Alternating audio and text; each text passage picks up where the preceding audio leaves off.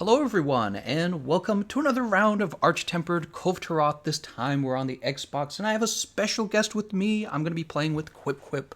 She's going to be in all of our rounds, okay? So she's got a reserved spot. If you want to join in, there's going to always be 2 spots left over, but she desperately needs the weapons from Arch-Tempered Kulve Taroth, so we're going to be helping her with her account. Her account, she's only Hunter rank 30, and we actually live streamed it before when we were working on her account. We just haven't done this in a while, so we're finally catching back up to that. And she's never fought Arch-Tempered Kulve Taroth, so if you've never fought Arch-Tempered Kulve Taroth, this is a good opportunity to watch it and kind of learn what you're supposed to be doing, because I'll probably be talking and explaining it as we go. Alright, so the first thing I'm going to do is run over to the garden, to this guy with the book. We're going to see what I'm growing here. I'm getting honey.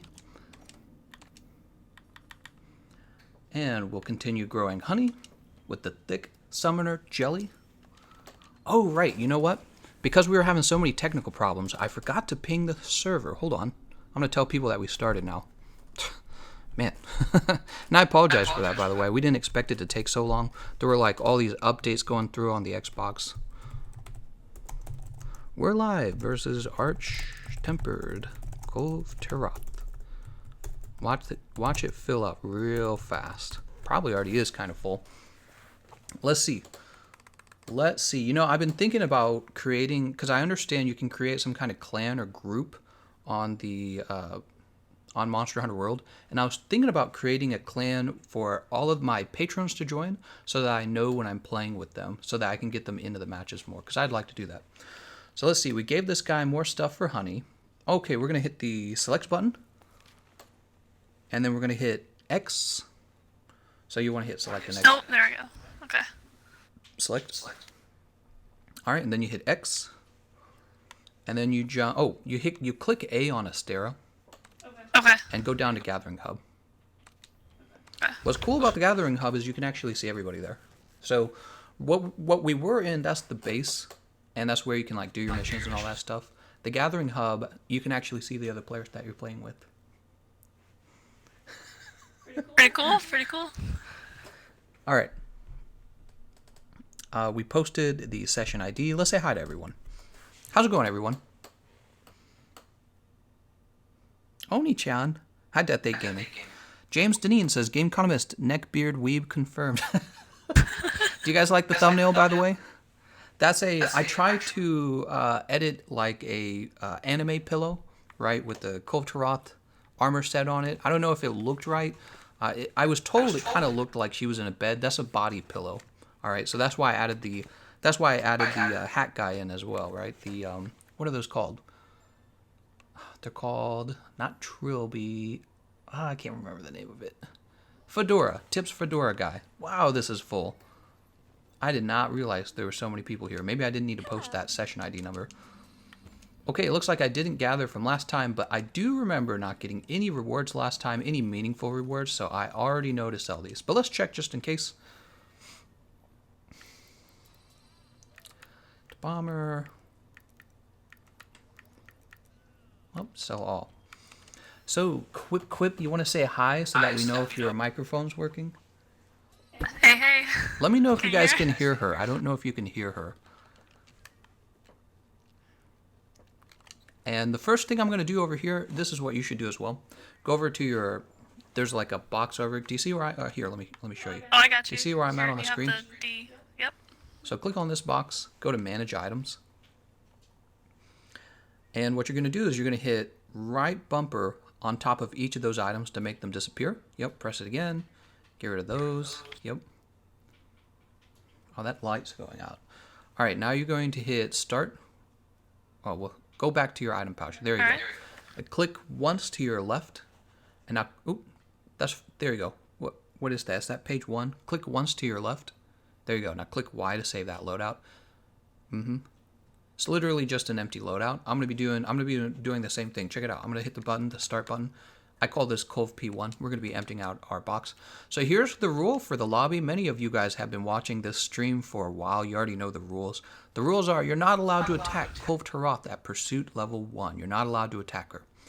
After we have a full round of that, and everyone in the session must participate, no going AFK, Once we have a round of that, we all come back for another round against Kulve Taroth. In that case, we actually attack her. So we're gonna go join a quest, and what's gonna happen is we actually just follow her around gathering tracks. It's very, very, very easy. The reason you empty out your item loadout is because while you're following her, you're also gonna be gathering like consumables. And if you follow me carefully, I have a nice little route on the top of the map where there's a whole bunch of nice consumables. Let's go ahead and I can't talk. Let's go ahead and get a quest started. This is the Pursuit 1 run. Remember, guys, Quip is always going to have her spot reserved with me, so she's gonna be in every match with me. All right, let's go ahead. So you'll have to join this after I post it. Bless. Yeah, bless.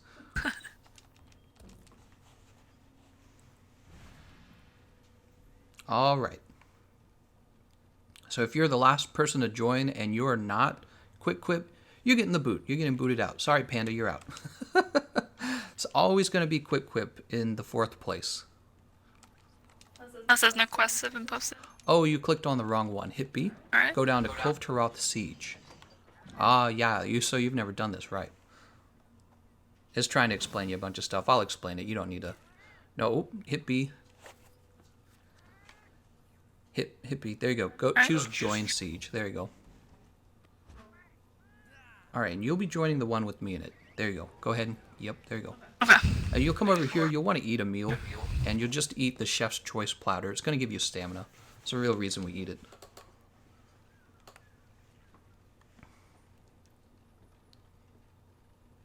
See these little tables? Oh, You sit down at the table for the canteen. Yeah. Eat a meal, chef's choice platter. All right, so that basically it gives you a little extra health and some stamina, and that's going to help you with running around. Wondering where the cats were. All right, and now we just ready up. So you don't have to worry about attacking at all in this round. We're not going to be, we're not going to be attacking her. We're not going to be attacking anything. We're just going to be following her around. And actually what you'll do, you'll actually follow me up top. Hit select, and then A to confirm. All right, and now we're starting.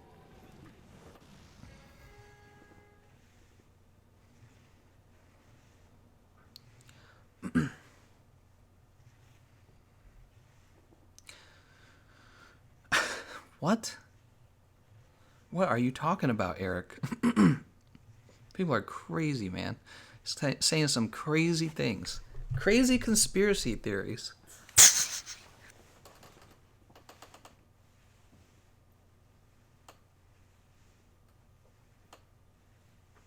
Are you wondering what they're saying? I can't read any of it.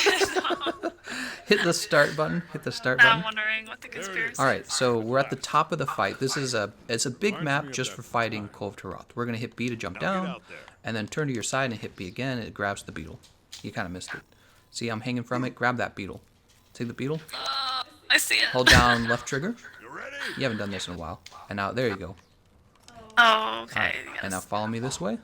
All right. You got push A to let go. All right. All right, and if you look up here, there's another one.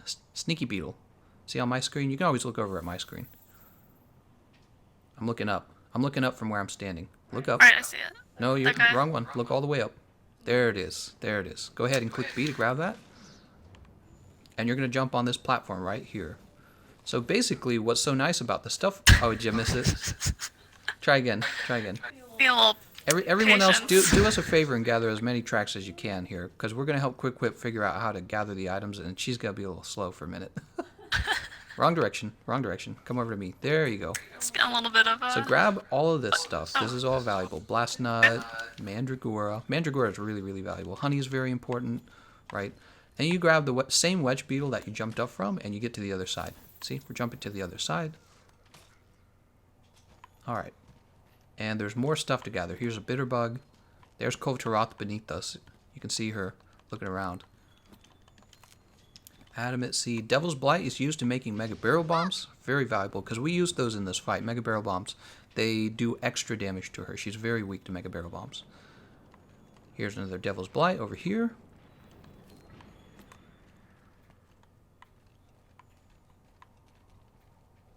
Another honey. And we run over here. We do this every time we do a Pursuit 1 track farm. We grab all this stuff up top first, and then we jump down and start gathering her tracks. Now, the thing is, you should have so much practice that this should be very fast for you. Did you lose me? Where'd you go? Oh yeah, I was collecting some things. I'm over here. I'm over here. So yeah, okay, I'll follow you. You lost me. All right, here's Little another maze. Devil's Blight. Grab this. Did you get the little bug? Did you get the Devil's Blight? All right. Got it. And then we jump off here. We jump all the way down. All right, and there she is. And you can gather anything you want now. There's all kinds of mushrooms and little herbs and stuff. You just grab it if you walk by it. But we're gonna jump down to her. You can do this. And you'll notice there's these things on the ground, footprints and scattered gold chips. And we have to gather all of these. We're not allowed to skip any of them. Okay. We have to gather all these, and what it does is it causes something called the pursuit level to go up. Basically, with the Kulve Taroth fight, the point is to break her parts off. You don't really kill her. You break the parts off. Did someone drop that boulder? No attacking, guys. So the point is in this fight is to... Oh, there's the air conditioner. You want to break off all her parts, and in the last stage of the fight, you even break her horns off. But it's hard to do this if you have a low pursuit level. So if the pursuit level is like 1, 2, or 3, it's going to be difficult to do it. If the pursuit level is 4, 5, or 6, it's going to be easy to do it. So our goal is to get the pursuit level up to about pursuit level 4. And that's what we're doing right now. Every time we gather these tracks or gather the scattered gold chips, we're raising the pursuit level. And all the other groups are doing this at the same time. So we're not the only ones doing it. There's like 3 other teams doing exactly the same thing. We're all doing it together. And when we all return, what happens is all of the tracks we gathered are cumulative between all 16 players. There's a bug on my face. God, man, I hate the summertime. So it's cumulative between all 16 players, and you raise the pursuit level very quickly this way. Also, Kulve Taroth, the reason this is so fast, she leaves on her own if you don't attack her. She leaves in 8 minutes. Oh, Here's I a see. track right here.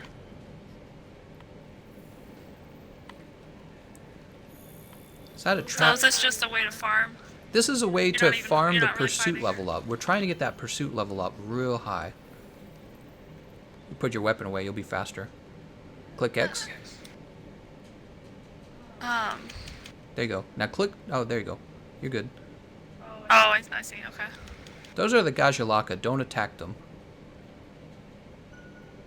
Alright, you follow me. We gotta catch back up to her. See these chunks of gold laying on the ground? These Yeah. chunks of gold also have... these chunks of gold are also worth the point, so you always gather them. Alright. Gold here. She probably went inside of this. So we gotta go over this way, alright? Watch where I'm going. See this beetle up here? We're gonna grab this beetle. Alright, Alright, and I see it. you see her? Yeah, hop on over to her and we will continue.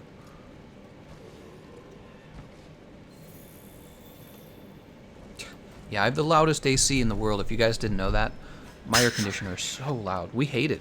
When that AC kicks in, we have to turn the TV up by like 10 levels. It's like it's ridiculous. But the alternative is for us to sweat our brains out and be in total discomfort while I'm streaming, which I stream all the time. So, air conditioning noise it is. You're all welcome. Be sure to hit that like button for the loud air conditioner. I know what you guys really come here for. It's for that air tunnel sound. Scattered gold chip. So we're not even really planning on fighting her. We're just. Nope, all we're picking doing up. is gathering the scattered gold chips and the footprints, and when we come back, the pursuit level will go all the way up to about 4, and then we're going to go in and kill her. Well, you don't really kill her. You go in and you break her horns. But that's considered the whole goal of the Kulve Taroth siege is to break the horns. Once the horns are broken, you get your rewards. So this doesn't give us any rewards. I mean, you can like farm items, obviously, but people are really here for those sweet Kulve Taroth rewards.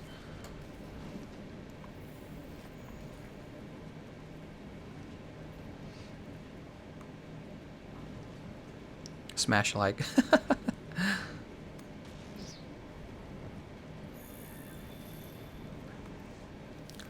could Quip be? Oh my gosh. She's probably this cool chick I found at the local bar.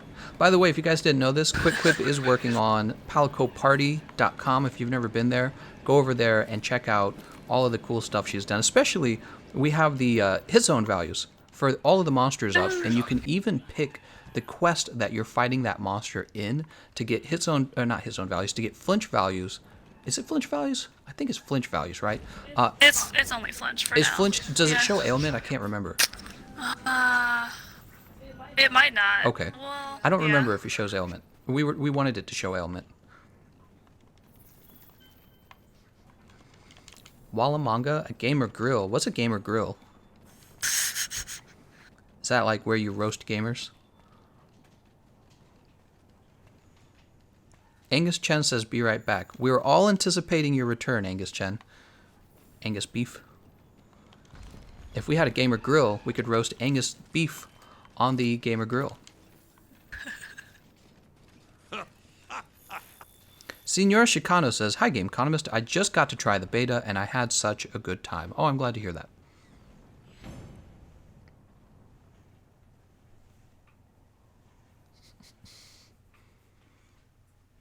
Alright, so you go ahead and collect these. You'll see that the whole run took us 8 minutes. And that's what I call Kulve Taroth Pursuit 1 track farming. It's a strategy that I'd heard about already because people apparently in Japan or in Asia were using this strategy, and I think I kind of popularized it more for an English audience. I popularized this. I believe I contributed toward it anyways. All the people in the Discord do it, right, guys? You better be. Yeah, so you can go to the Discord. There's always a link in the description of all my videos. And the Discord link will send you to a server where you can LFG with other players and get into these kinds of Kulve Taroth Pursuit 1 track farming sessions. All right, people host them all the time when Kulve Taroth comes out. It's the most efficient, the fastest method for farming Kulve Taroth if you're going to be playing with 16 people. It's very easy. It's a very safe method. All right, so now you're going to run back to your little item box here, and you're going to grab, what do you have actually? Hit manage items. Click start. Yeah, grab loadout 2. There it is, grab that. You don't have much. You're going to be using that, okay? Okay. So click back. All right, and that's all you have. So you're going to be using that weapon, and you are going to be very weak for this fight. Very weak. What I recommend in the Kulve Taroth fight is that you play it back, just kind of be chill, focus mostly on not dying, because that's all you need to do. She's not a difficult fight, so if you don't die, we can easily defeat her. Let's go ahead and grab a build for us. Let's take a serious build with us, because we want to make sure we win this. Let's see, where are we hiding the Kulve builds? We'll use an Emperor Shell Sticks build. I don't know, let's use the Griffin Blazuka build. I'm such a fan of that. This is a Griffin Blazuka build that I put together just for fighting Kulve Taroth. I find it to be very effective. Here's the build. Be sure to screenshot it if you want to use it later. Here it is. Oh, here's the custom mods. Reload assist, close range, close range. And here's the actual build. Really defensive, really high damage. Right? So if you didn't screenshot it, too bad for you. Let's go ahead and have a meal now. You'll want to sit down and have a meal. You're going to eat Chef's Choice Platter. You're always going to eat that because you don't have max potions. And I'm going to eat... Actually, I think I'm going to eat the same thing, actually, because I'm lazy. I'm going to save myself a max potion. Focus mostly on dying, not on dying, waiting for Gameconomist to card. All right, let's go ahead and post. Welcome. Remember, Quip always has a reserved spot. Look at that, guys. If we had just a few more points, we would have broken Pursuit level 6. That's crazy. In one track farm. Man, crazy. The guys on PlayStation should take a note, because the first time I did this method with them, and it could have just been the people I was playing with, we were having trouble getting even to Pursuit level 4. Here I am on the Xbox, and these guys almost got us all the way to... Sorry, Mr. Clean. Got us almost all the way to Pursuit 6 in one go. That's nuts, man. That's crazy. Pursuit 6 in one track farm. In 8 minutes, Pursuit 6. Poor Mr. Clean. Alright, you're in? Alright. You already ate, so now you just ready up. Let's see what everyone's bringing, by the way. Panda has Diablos Tyrannus. I do not see any part breaker. You're supposed to bring part breaker for stages 1, 2, and 3, but it's not a big deal. Renatus, by the way, what level was Panda? 166. Renatus with Taroth Crest Thunder. This build has too much guard. You never need 5 levels of guard, especially not against Kulve Taroth. I know what you're thinking. You're thinking, I'm going to use the guard to guard her lava attacks, but it's like, with the lance, just dash out of the lava attacks when she uses them. Much smarter. Besides, guard 3 usually gets you through it, right? Everything else looks okay, I guess. I guess I don't see weakness exploit. That would be the other thing. Oh, Taroth Crest Thunder. You don't even... So you're using free element instead of weakness exploit. So that build's really constrained. And then quick quip. She's got the Geralt set, which gives her all kinds of good things. She's got health boost, super recovery, recovery speed, and she's got 3 levels of weakness exploit. Surprisingly effective. Is the most powerful set for a very, very new account. Let's go ahead and ready up. Alright. While Among Us says, who's more important, Quick Quip or Mr. Clean? Quick Quip's more important. Easy question. Next. You know you want to ready up, Panda. Mr. The Panda, if that's your real name. Alright, we're on our way. Everyone else already started without us. They're like, I'm not going to wait for this.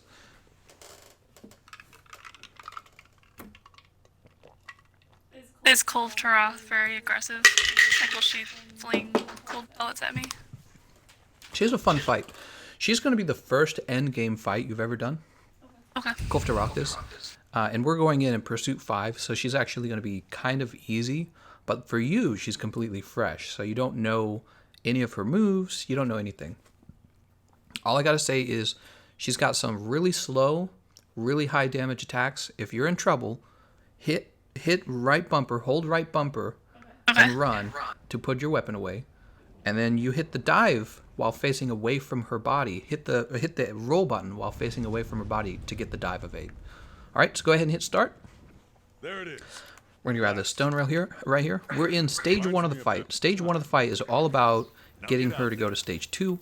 You basically want to not use any crowd controls. Don't do any mounting attacks. You drop these boulders on her. You can operate the cannons, and you can use mega barrel bombs. There we go, mega barrel bombs. You can use mega barrel bombs on her. See you around, buddy. All right, filling that cannon up over there. See this guy right here, Kara? Quick whip. Yes. Grab these larger barrels. Go ahead and grab them. All right, you'll want to always gather those because you do not have a lot of barrels. You're going to be stockpiling barrels for the future. I just can't All right, we're going grab, to go ahead and sorry. drop this. Watch this. Boop. So we do a whole bunch of damage with those falling boulders. Damn. Whole bunch of damage. And she gets knocked down for a while, so you also get to do damage to her while she's knocked down. You want to attack her, any part of her body that's golden, which is the whole body. The goal here is to break her parts, I believe it's 15 times. So you can break any one of her parts 15 times. Each of the parts have a certain built-in amount of health. So what I always recommend to new players is to rotate between the parts, because usually they take a little bit of splash damage. It's more efficient to go for all of them. And, okay, she's going to go in there. If you follow me, do you know where I'm at? Where are you at? You're down there. Yeah. Look on your map for the red arrow. I'm the red arrow. Okay. And you'll want to head toward the red arrow, because I always know where Kulve Taroth is at. I'm Superman. Super nerdy man. I've played Kulve Taroth like 5 million times, man. Well, this barrel bomb. I think I can break her horns. Watch this. Actually, I wonder if the I'm stone watching. will break it. Let's try it. There it is. So strange. Why does that happen? Somebody should explain that mechanic to me, because I don't know why it works. I just know it works. You know what I mean? Like, you don't have to know why it works if it's consistent, but I know that works. You do damage to her gold horn plating, and it doesn't break off, but then you shoot one little stone at it, and it's like, oh my god, that was all I needed. Alright. She gonna get... Oh, whoa, she's not mad. We're gonna drop this. Oh, Next damn. boulder, She's gonna roll see? on me. Did she hurt you? You're fine. Oh, just a little bit. You're fine. So we're trying to break her parts. You can tell her parts are broken. They'll look broken. Whereas when they're not... Oh, come over here, by the way. Where are you? Where are you at? Panda. See this giant chunk of gold right here? This is called Kulve Taroth's gold. It falls off of her horns. Go ahead and hold B and carve this, okay? Oh, okay, nice. You need to carve that. That's a lot of That's gold. basically the rewards you get for fighting her. You get like you'll get like a gem from that. All right.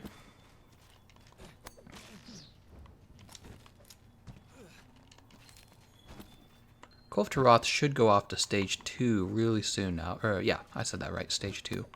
So we're in stage 1. She's gonna go off to stage 2 soon.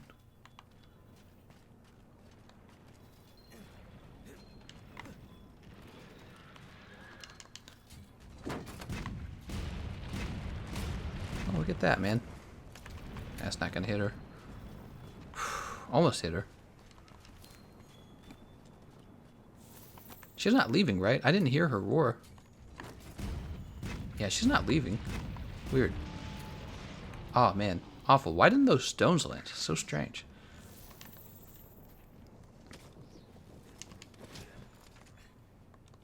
Alright, that's fine. She'll pop out of the...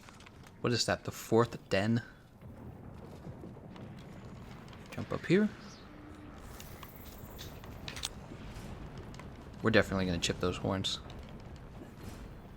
So what we're doing, she's in stage 1 and she doesn't really attack. It's very easy actually.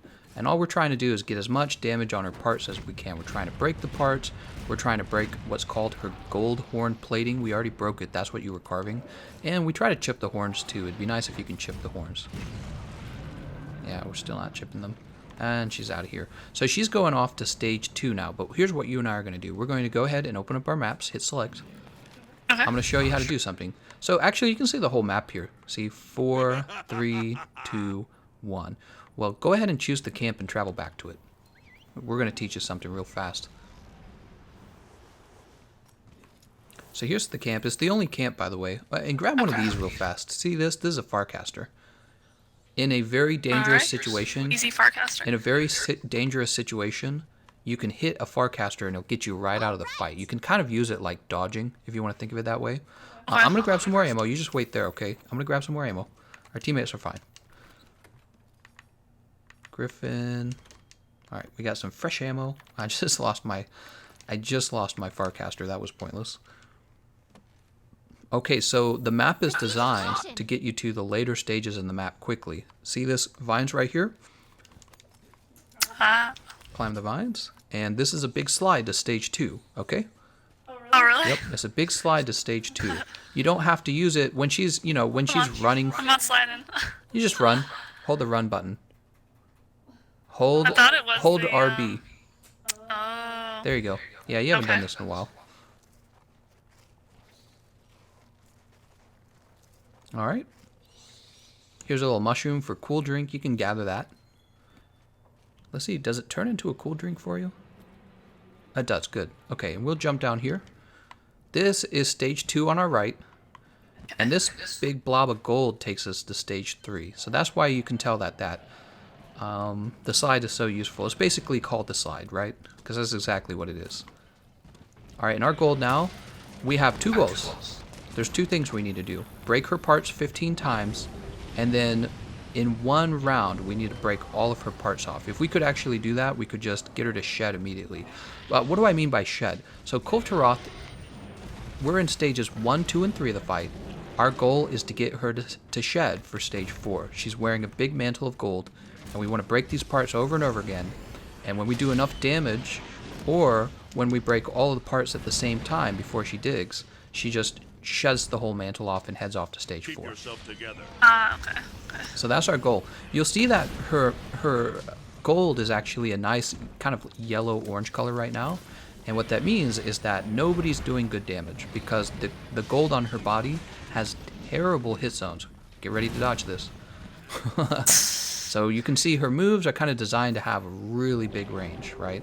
That's what she does. Yeah. She has really big range, but her moves are very predictable, so you always have time to sheath and do a dive evade. Right?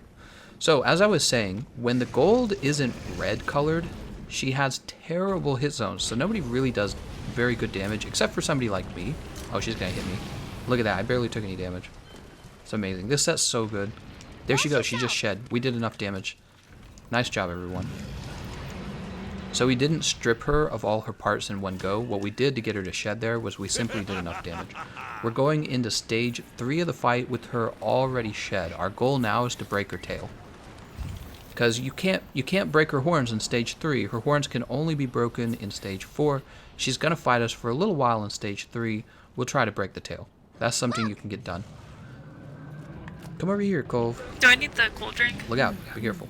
Yeah, so you can drink the cool drink. That's right. God, that always happens, man. Alright, so we're in stage 3, and there's... Be careful, she's gonna whip you. In stage 3, there's 3 falling boulders, and there's 2 lava spouts. Alright, will this hit? It hit. When she gets hit by those falling boulders, check it out. She falls down for a while, so it's easy pickings at that point. You get to do all the good damage that you wanted to do. You always dreamt of.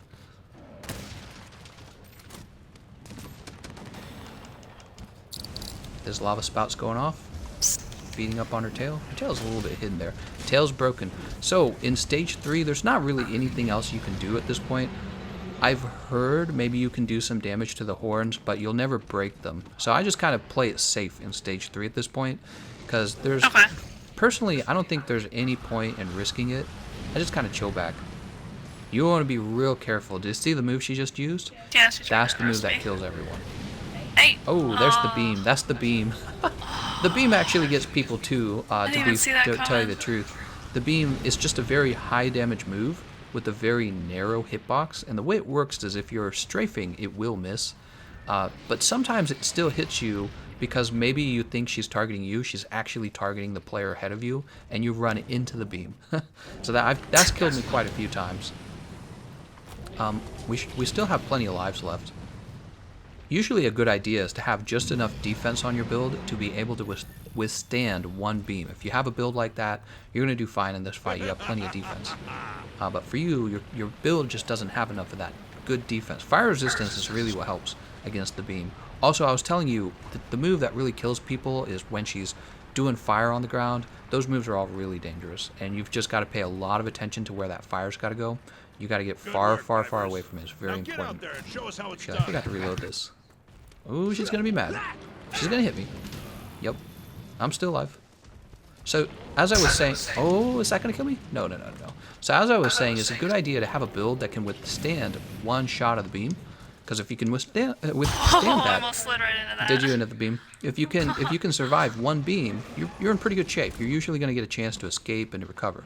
But when the beam one-shots you... Oh, what? It went through her arm once? That's terrible. Alright, be careful, guys. We only have 2 lives left, I believe. Put the temporal mantle on here. I don't see anyone equipping a crowd control setup, so this could actually be pretty challenging. I think I hit her arm there. We already have the tail broken, so really all we have to do is focus on her head.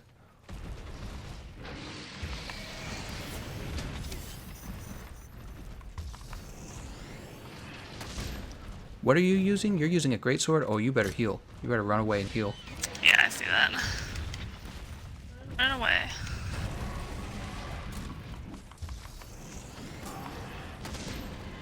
Ah, she didn't run into it. Oh no, what a wasted shot too. Alright, back off of that. Don't get killed by that. That beam can smack you, so don't get smacked by the beam. And you gotta stay away from all the fire. So now that the room is all red, what happens is lava drops from the ceiling for the rest of the fight, and it's very dangerous lava, so you gotta avoid the falling lava as well. Oh, Renatus is dead, and I don't have any health boost. I'm sorry, I don't have any life powder to help him. Oh, Renatus is okay, guard 5. Renatus is like, see? That's why you bring guard 5, Gameconomist. Did I hit her in the horns? I think I did. Renatus is like, how would you even survive that without guard 5? I'm like telling him, don't use guard 5, it's a waste. So one of the things you can do is sheath your weapon and run up the center of the pole here, and then you hold down Y to get an attack on her. And it'll be an aerial attack. Oh, we got 1 life left. Just be very careful. Just be very careful. That's all you should do.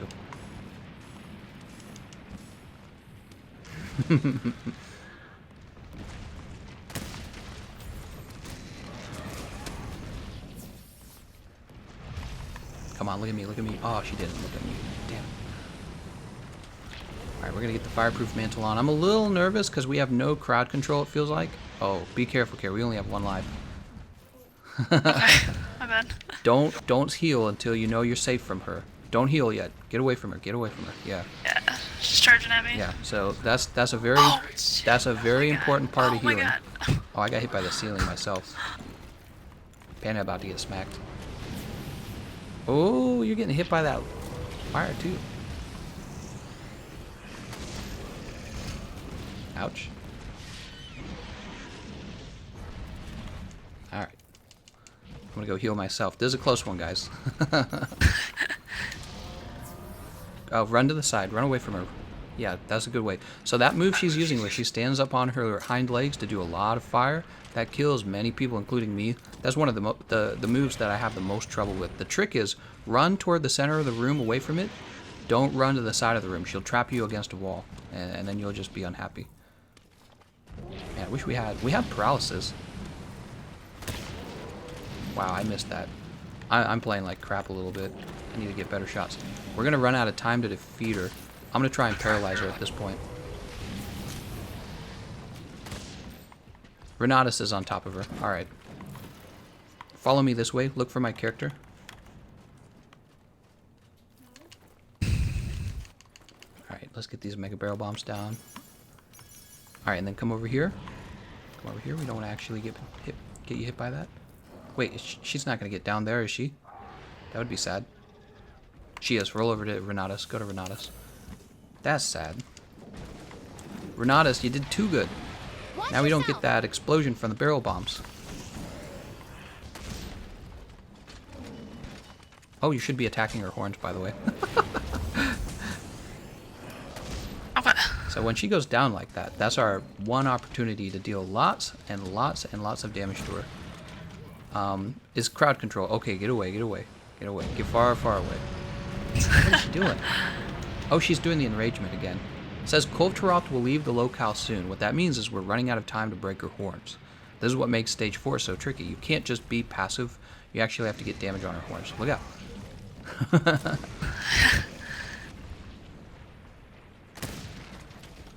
Alright, we got a shot through her head. Yes, we did. Oh, nice. And we got a good little flinch on her there, too. You see how important flinch is. That's why knowing the flinch values is so good. She's about to be paralyzed. Okay. I'll wait for her to turn around to face us.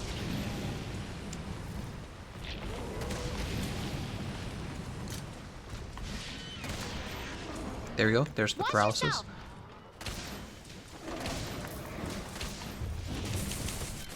There it goes. So we broke her horns. That's the end of the fight. You can see it was kind of challenging, right? Especially in stage 4. Stages 1, 2, and 3 were kind of uneventful, but when you get to stage 4, the fight actually gets a lot harder.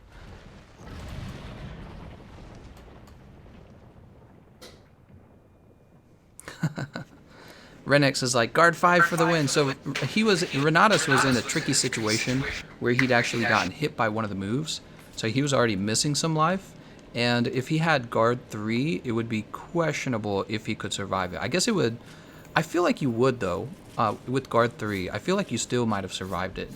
But it just depends on how much health you had left at the end of being hit by that move. Oh, come on. Oh, you are over here. Good. Yeah, so you carved the horns, actually.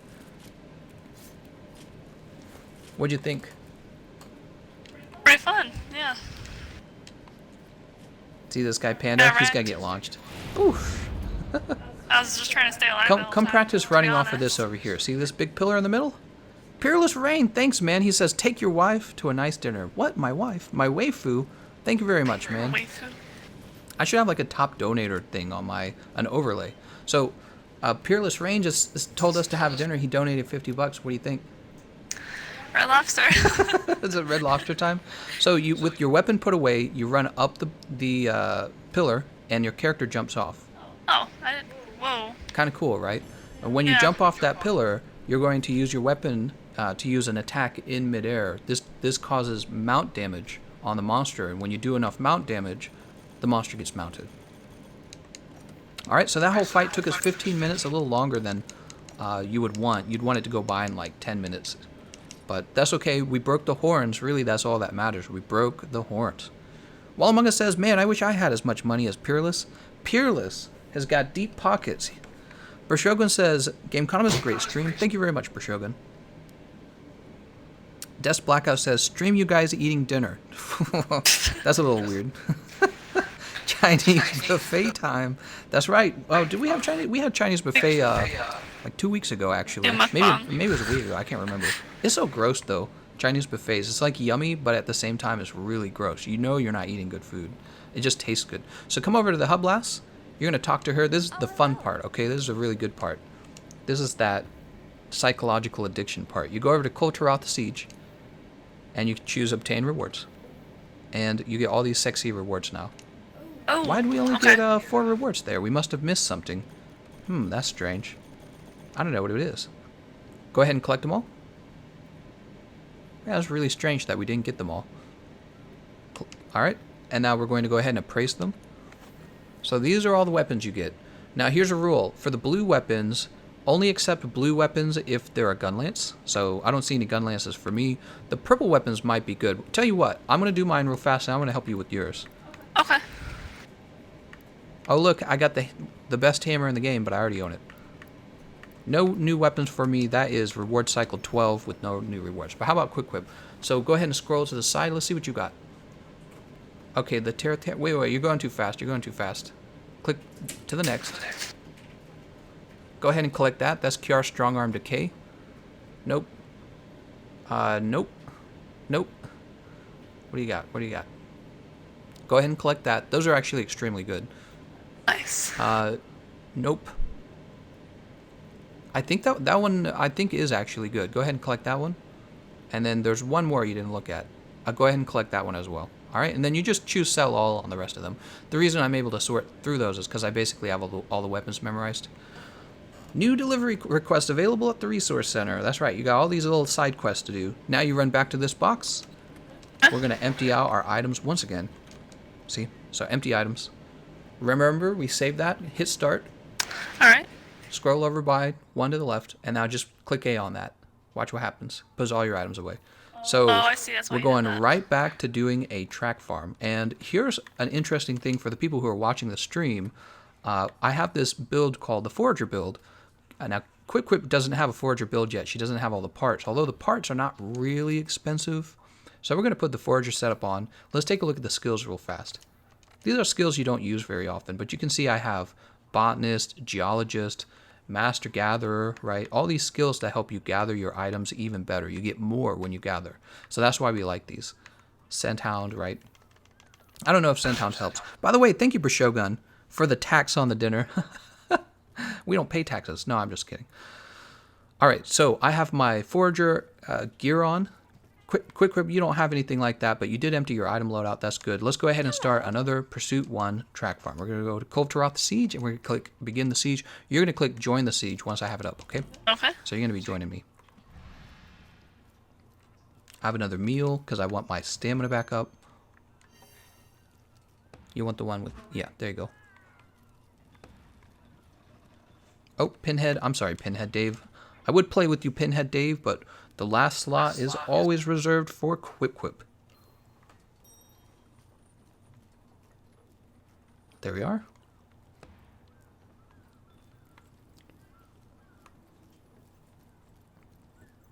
Okay, and now we just ready up when you're ready.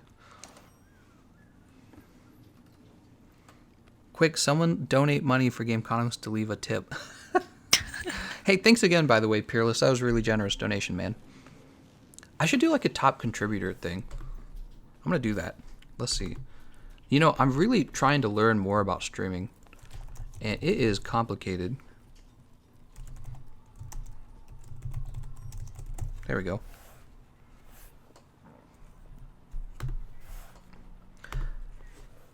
Oh, you can't even see that. It's just bad looking text. Alright. We're just waiting for Terrorboy to ready up.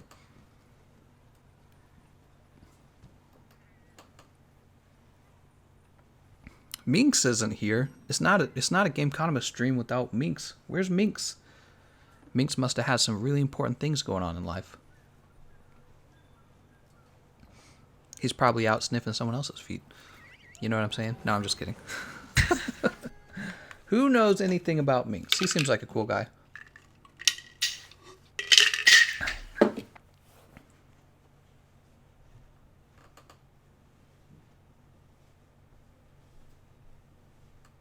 Orion asks the most common question that ever gets asked in the stream. Wait, is this PC or is it console? The most common question, guys. That is the question everyone asks. If you're ever curious about what is, whether it's PC or Xbox, just check the description. I always say it in the description.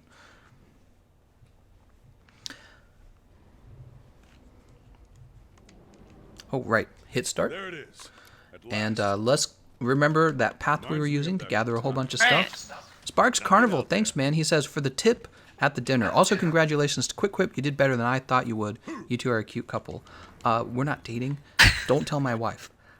I remember where I am, so look straight up. Look, see where I'm standing? Look straight up. Oh, yeah. All right, there you go. Grab this wedge beetle. Guys, please, I need you to keep this secret. We're going to grab all this stuff up here.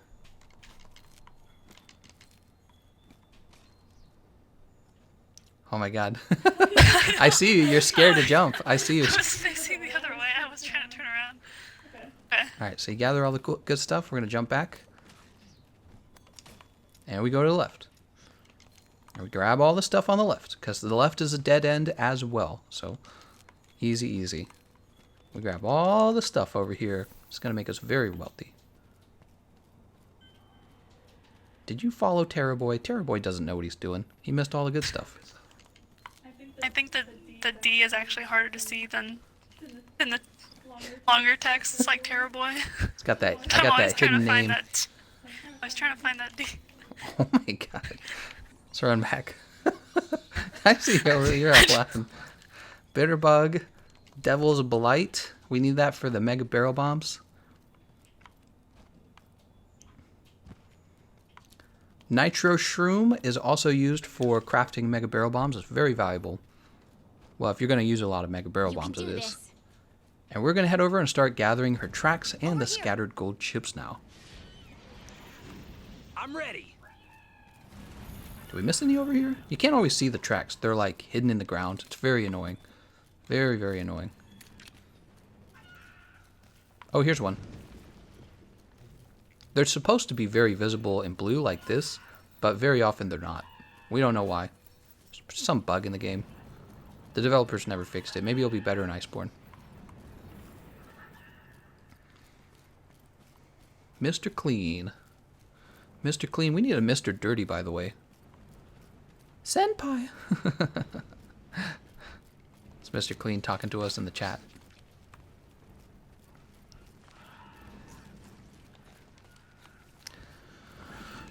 Blaze Nut.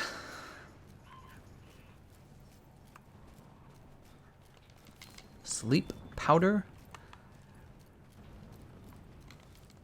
Terrorboy says bully. I'm not a bully. You're a bully. Look! Oof. Oof. So, the rewards you got from the last run, one of them was actually really good. You got the Kiar Dual Blades Spark, which, by the way, they pair extremely well with the set of armor you're wearing, the Geralt set. Oh, okay. So you could use them. You've never used dual blades before, though, so it would be like a learning process for you if you wanted to do it. I also think they're a little more challenging than, I don't know. Well, the thing is, you could use them for stages 1, 2, and 3, and then you could jump over. You could jump back to the tent, and trade them out for your greatsword for stage 4 if you wanted. So All Cruz says for the not dating stash. What? Not dating. Did you winking at me? He's giving me the winky eyes. It better not be. Oh, right. We're following Cold Taroth. So follow the red arrow on your screen. Look for the red arrow. That's me. And I always know where So Cold that is. actually helps, actually. Yeah. I always know where she's at. I have that built-in Kulve Taroth foot-sniffing radar. I can smell her feet from a mile away because I've smelled her Maybe feet she has so those much. feet. So, oh, there she is.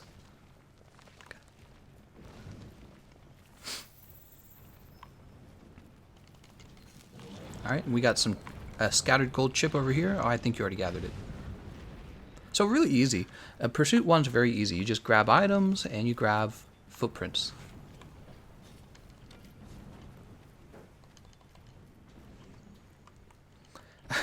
Sonic's so bad. Is this mobile or PC? What are you guys playing on? Hi guys, I just joined the stream. What are you playing on? Is this PC?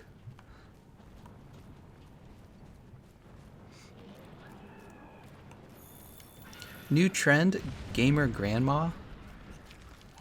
She's not a real gamer.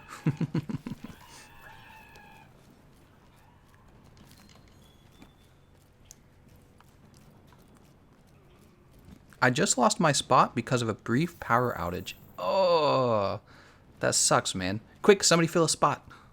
Free spot.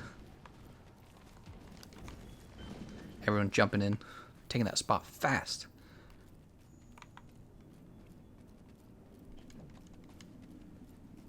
She's not moving. Is this Game Boy or Atari? Obviously Game Boy. Cristiano Ferro says, when are you playing on PC? So unfortunately, you guys have nothing going on the PC. You have one. Is this a Samsung Smart Fridge? You guys have one thing going on the PC. You've got Kulve Taroth. The problem is, I've already played a lot of Kulve Taroth. I'm going to lose my mind. So we've done Kulve Taroth on the PlayStation 4 twice. We've just now done it on the Xbox. I could do a PC stream of Kulve Taroth. Maybe that would be appropriate. It's really, I think if it was like a new monster or something, I definitely would do it on every console easily. I think I'm just a little worn out on Kulve Taroth. You got to give me a little bit in credit on how much I've played her. I must have fought her like 1,000 to 2,000 times. So the truth is, I'm already playing her a lot, and I'm not rushing to go straight from Xbox Kulve Taroth to PC Kulve Taroth. Because then if I do that, people will go, is this PC or is it Xbox? So I don't know when I'm going to stream PC next. Possibly this Friday, Thursday, if they give you guys an actual cool monster to fight. Because right now, I'm not sure how many more times I'm going to be fighting Kulve Taroth. Especially on the PC when I've got almost no weapons on the PlayStation 4. Does that make sense? Because over on the PlayStation 4, I desperately need weapons. On the PC, I'm sorry to say this, but I can actually just mod them in if I really needed to. So I'm just fighting a truckload of Kulve Taroth, and it is hard for me to be so consistent. What you guys should definitely do, though, you should definitely host PC matches in the Discord server, and if something comes out on the PC that's really interesting, like Ancient Lesson, Arch-Tempered Lunastra, right? Extreme Behemoth, Arch-Tempered Nergigante, I will be all over that. I don't know if I want to stream on PC when there's really nothing for me to work on over there. I was thinking about doing a speed run of Kulve Taroth on PC where I use like a cheat mod and then I pretend I have the world record just to upset all the other speedrunners, right? They get mad at me. They're like, he doesn't really have it, he's lying. Of course, people would understand this right away as soon as they watch the video. It's just a clickbait idea I have. Don't tell anyone, shh.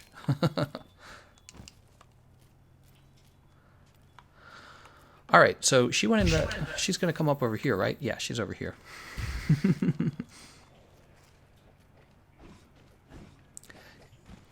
Gage Adobe says, thanks for doing these runs. I'm about to take on Taroth for the first time tomorrow. Good luck, Gage. Good luck. She is tough.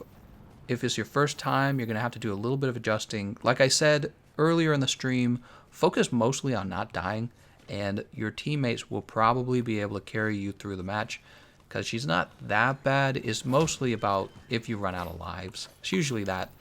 Running out of lives, running out of lives ruins any fight. But the thing is, she's not that hard, so it's like as long as your team has enough lives, they're probably going to be able to wreck her. See what I'm saying? Cristiano says, okay, dude, we'll have Arch-Tempered Lunastra and Kieran on the 28th of June. See you then. Awesome. Yeah, definitely. I definitely would like to fight Arch-Tempered Lunastra again. She has, well, no, her Gamma set's not that important, is it? I'm trying to remember. Do I use any of her Gamma set? I don't think I use any of her Gamma set, but she's still a fun fight. Why not? Well, Among Us says, ask Quick Quip if Gameconomist does look like the emo guy from the thumbnail. She has no idea what you're talking about, Wallamunga. Peerless Rain says, I actually think I do know what you're talking about. You've been watching my stuff. Peerless Rain says, I got some good weapons today. Awesome. Yeah. Wouldn't it be nice if just before they launched Iceborne, they gave us like one last super fight? Some like beefed up, I don't know, like Jaggers or something, or Dodogama. That'd be great. I mean, it's a possibility. We have the Summer Festival probably coming soon. Let's go ahead and grab an attack build here. So if you want to try those dual blades out, open up your box. Okay. Go to change equipment. All right. Click on Anguish. All right, now it's going to let you choose a different weapon. See those orange dual blades? Those are basically the meta dual blades for stages 1, 2, and it's the best set of dual blades there are for stage 1, 2, and 3. It's stage 4, you got to fly back to that camp. You know what I'm talking about with the camp? So when she sheds and she goes off to stage 4, you fly back, you're going to grab your greatsword again, all right? Now I'm going to go with a different build. Let's see what I'm going to go with. Something fun. You know, I'm a big fan of the hammer. I'm going to go with the hammer. I love the hammer. We'll grab temp. Did you trade your items out so that you would have some potions? Oh, Yeah, nope. that would be sad, wouldn't Let it? me do it right now.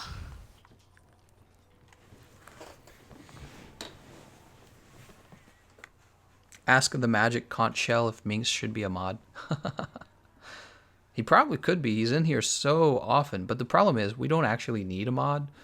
This chat room has been surprisingly not bad.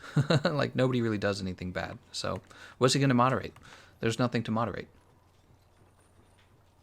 All right, so once you're done eating that meal, I'm going to go ahead and post the quest. Welcome, welcome. All right. Oh, is there still somebody out at stage 1? No. So we've only got pursuit level 4 this time. That's okay. I'm going to go ahead and post it. All right, and you're going to go ahead and join it. See how everyone's actually standing right there at the book? It's because they've got the book open. They're waiting for me to post it so they can try to get in. Mr. Clean made it in. Was he in the last one, though? All right. Renatus, I'm afraid I got to give you the boot. You're the last one to join.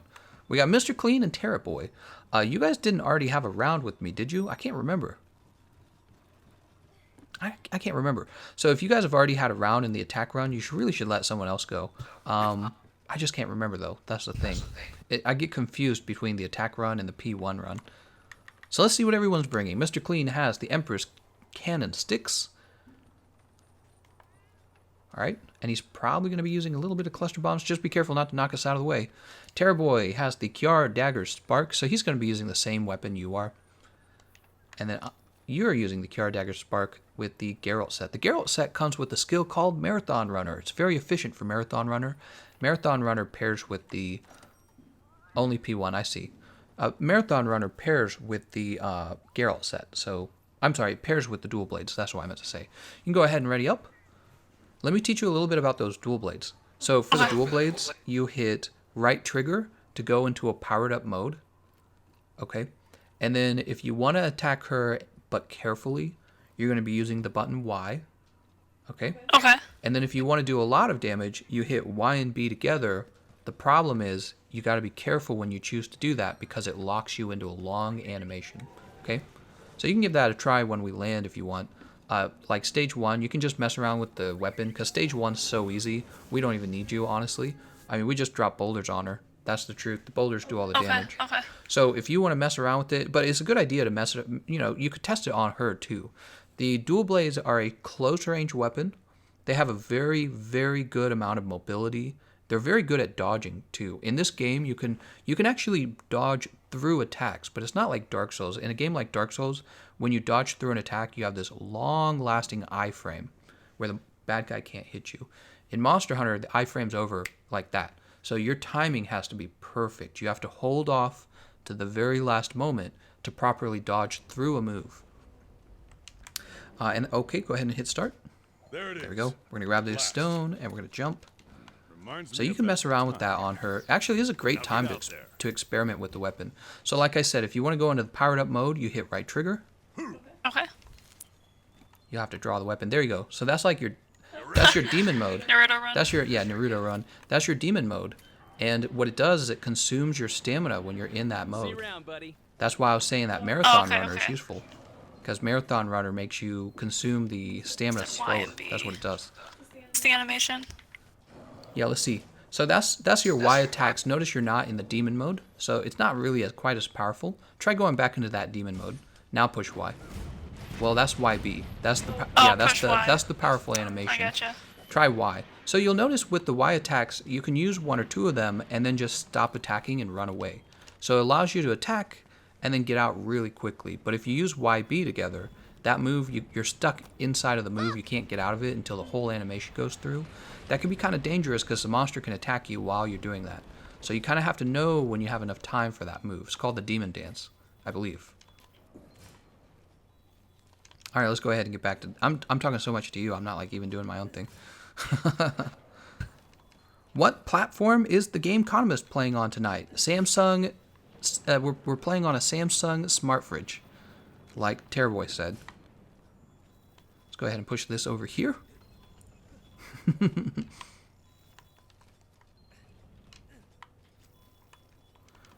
Bloodstained stream? I don't know what that is. He's playing on a toaster today, and he's farming waffles. You want to do something? Yep. So you can stand here and wait to activate this cannon.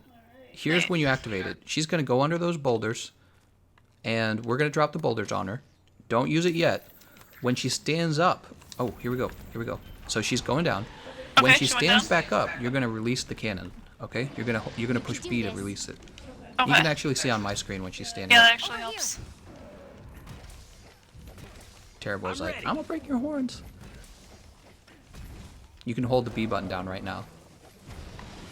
Alright, now release it. Oh, back down. Back down again. I don't think it... I think one shot hit her. So, it's because she... It's not your fault. It's actually because she was already further forward than I anticipated. I think we could have moved the cannon a little bit. So she's gonna be over here.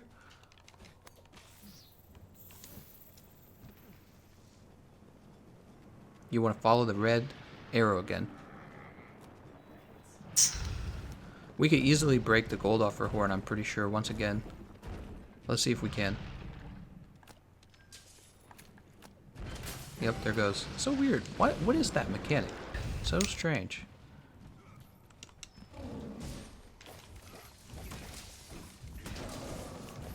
I see you carving. You're like, I need these. Giant horns chipped. So once the giant horns are chipped, you do not attack her horns anymore because there's no point to attack it. Now we attack her gold mantle. Yep, there's nothing good you can get once her horns have been chipped. You have to wait for her to go to stage 4. She's gonna go under... Oh, I didn't want to do that. God damn it. I just followed you. I did what you did. I'm looking for this beetle up here. See this beetle? Looking for that wedge beetle. I see it. It's like kind of like being Spider-Man, right? Yeah. You ready? She's about to roar. We're gonna drop these boulders. She's already on her way.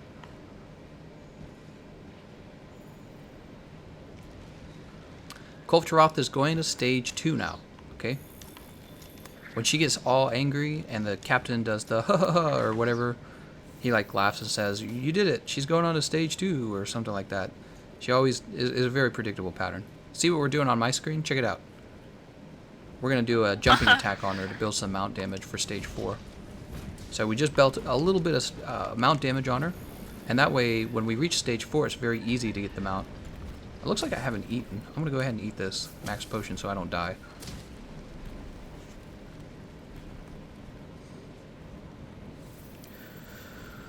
Doo-doo-doo-doo. Proceed with caution. Can I roll her roar? Yep. It's hard to do that. Are you impressed? Take notes, guys. If you can roll through Kulve Taroth's roar, that's really how you get a good girlfriend. They don't want to mess with the guy who can't roll through that roar. That's right. Alright, so the problem we're having here is she is not glowing red. We have our mega barrel bombs. I'm going to be using those. You're asking me if I have them. No, you don't have any. You don't have to worry about it. I'm going to blow this one up actually right here. You get some heavy damage on her with the mega barrel bombs. Ah, darn. Thought I could get some aerial damage there.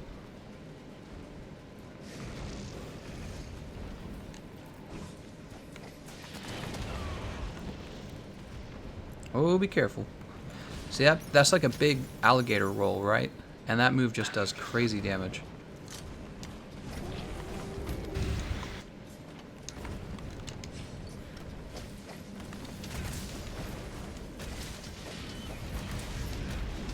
Uh-oh. Good luck. Oh, she didn't hit me. Yeah, that tail swipe's really, really large. It's just got a giant... Oh! Is that your work? Oh, yeah. Send yourself back to camp. Send yourself back to camp. Okay. And climb into the tent if you want. You're gonna have to be away for a while? Yeah. Okay, that's fine. That's fine. Fortunately. Whoop. Oh, right, you're gonna have to run back a bit, aren't you? So, you're gonna have to run back up that hill that we came from. Do you remember the hill you came from? Look at your map. I think I'm Yeah, running you're toward running the it. right way. So just keep running up there. You're gonna be fine because she never goes back up there. We'll try to win this for you, all right? So you get the good rewards. It goes. Bad timing, huh? Yeah, it's okay.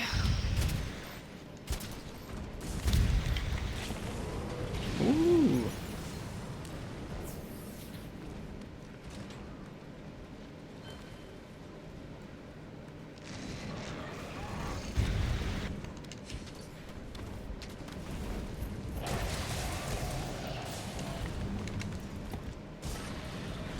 Bershogun says, "Why not you? Both full-time stream."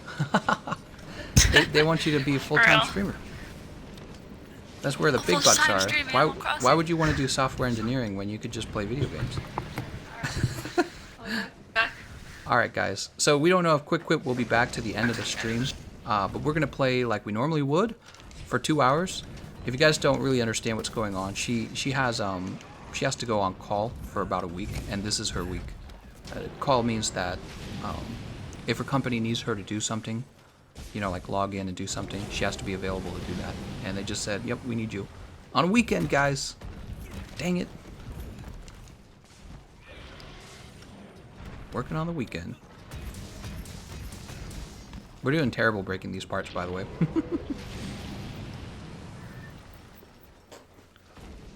In real life streams is where it's at. What?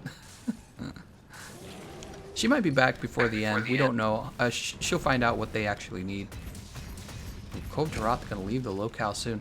Look at this. So we didn't get the red mantle at all this whole time. We're just not doing any damage. Mr. Clean, I don't know. We need you to get some heavy damage out right now, Mr. Clean. You got to bring out the big bucks. Because I know Terrorboy is doing fine with his setup. And I think I'm going to be doing fine with my setup. I got a raw damage sleep hammer. Man, it would be sad if we did not get her to stage 3. That'd be ridiculous.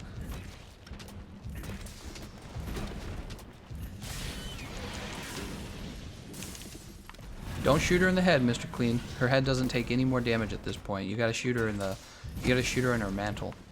Yeah, you can't do any more damage to her head. We already chipped the horns. We're just not doing any damage because she's not. All right. There we go. She's not red. She's red now. We're good. We'll probably be good. I'm sure with her turning red now, we should be able to stop her retreat.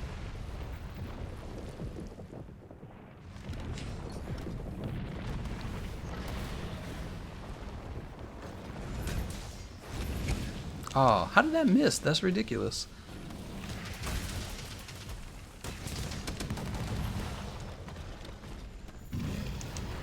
Too early on the roll. We have to win this for Quick Quip. She needs our help. Don't let up. We're bound to pick up the trail somewhere.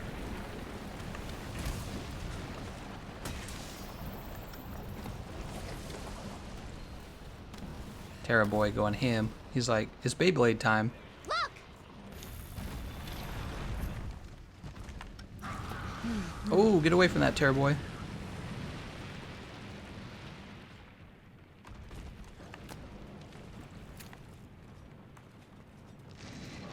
Come on, guys. Let's get it. Oh, let's get her over to this boulder. We gotta get her over to the boulder. Ooh.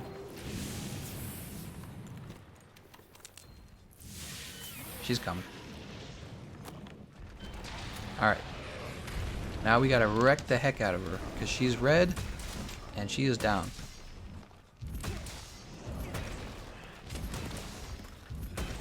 Oh, there's her arm.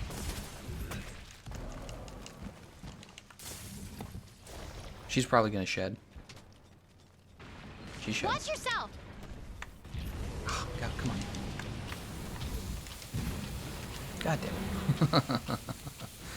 Alright, that's fine, that's fine, that's fine. I'm gonna chase her straight down. We're gonna get crazy damage on her, I promise.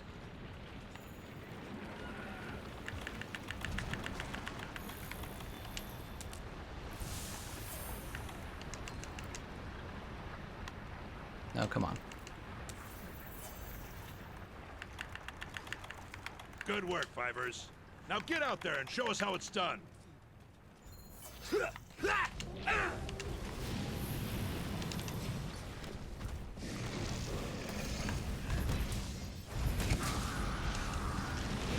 Oh, come on, don't kill me with that move.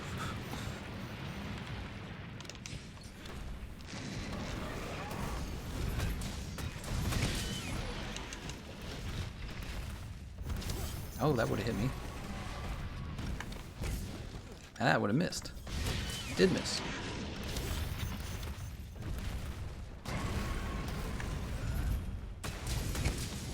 Look at that. We've got 1,000 damage on her horns already. Come on, fire that second one. Oh, she's not going to. That could kill us. No, we're good. Terra Boy is here. I believe he's probably got the correct dual blades now. Ah, that still got me.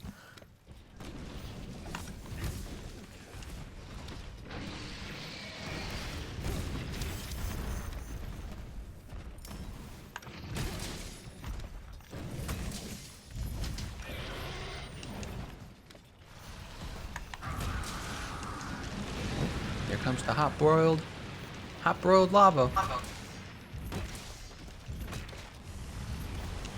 Is this it? Yeah, this is it. She's gonna be enraged after this. Be careful, guys. 1, 2. Ah, nothing. Oh my. Oh We're dear. all out of mantle. Let's go ahead and put on the fireproof mantle. We gotta do some cuckoo damage now, guys. Big damage.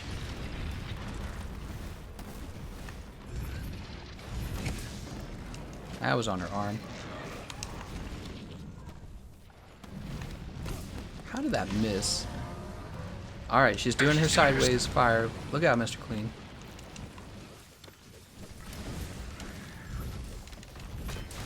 Tail broken. Should we go for a mount? I feel like a mount's a little risky, don't you think? Watch yourself. Well, now it doesn't matter. She's going to sleep. Mr. Clean uses sleep. Oh, look at that sexy damage. Mega barrel bomb. Mega barrel bomb time. Mr. Clean's like, I'm gonna wake her up. Oh, I don't think I got my blow in. Please KO. Oh, she's gonna be so close to KOing.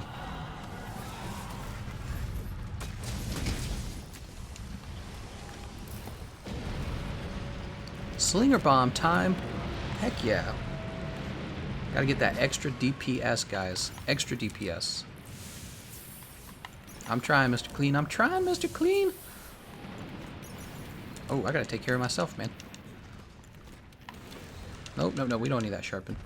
Mr. Clean's okay. He's alive. He's alive and well. Easy damage, guys. Easy damage. Look at that stamina bar. Oh, snap. Are we dead? That was a paralyze. Good job, dude. Good job. Oh, we got this, guys. Easy. Look at that damage, though. That's the KO. Terrorboy's like, okay. Who even needs 4 players, guys? Who even needs 4 players? You know, we still had a mount too, right? Easy. Easy stream.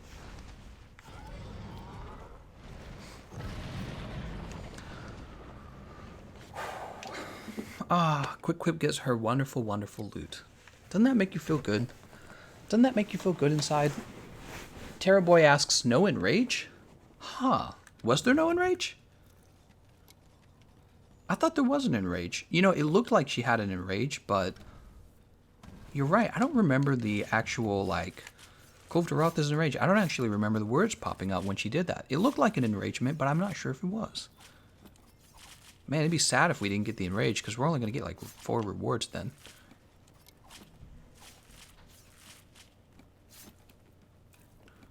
Kulve Taroth, the giant horns.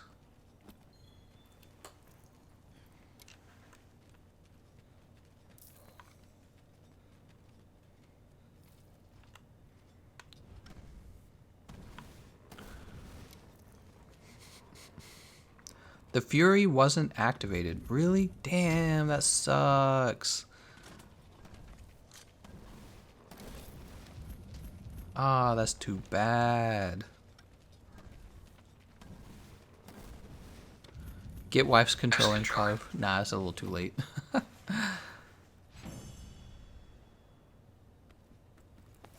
The Fury wasn't activated. Maybe that's what happened last time too. I don't know.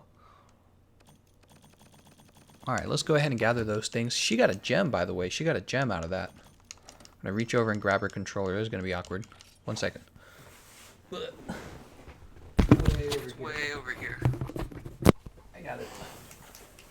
So the question now is, do we let her character sit AFK in the lobby, or do we let someone in? She got the resentment skill, blaze jewel. That's fine. Alright.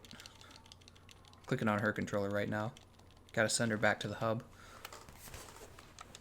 The siege of Kulve Taroth is complete. Oh, hello. Oh, hello. Let's see what we got. Yeah, so that was what happened last time. We didn't enrage her.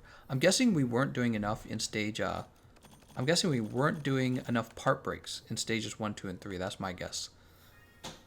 What do we got? Taroth Buster Mud. Axe King. Taroth the Support. I already got one. And we've got all of these already. So, yeah. Sell all. That's the 13th reward cycle with no rewards. No rewards for us. Let's go ahead and empty out our item loadout. And we will start up another P1 run. It's so good to see you.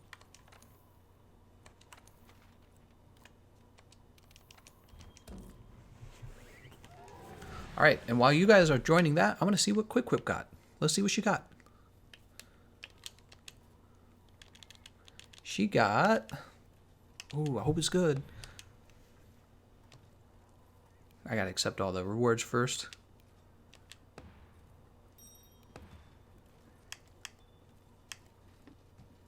Taroth Crest Poison. She got the Poison Lance, guys. Taroth Blaze Ice Greatsword. Oh, she got truly nothing. She got, like, nothing at all. Oh, that's sad, man. She literally got nothing. Thanks, Capcom. Thanks, Capcom. Very fun. All right, let's go ahead and eat a meal. We're going to grab some stamina.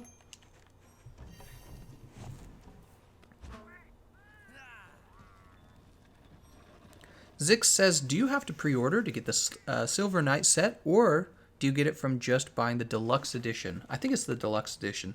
You got to get that expensive deluxe edition, because I know that's what you want to spend your money on. Capcom's got us right where they want us. They know we're going to buy it.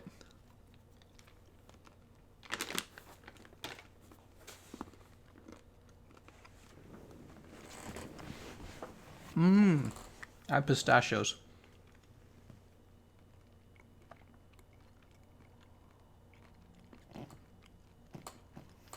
Des Blackout says, how you like her, smash or pass?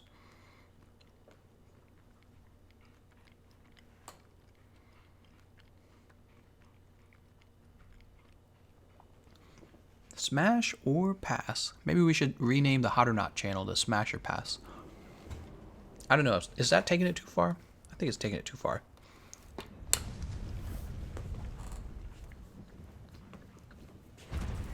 There All right, it is, here we are. At last. I forgot to change out to my Forager set. That's okay.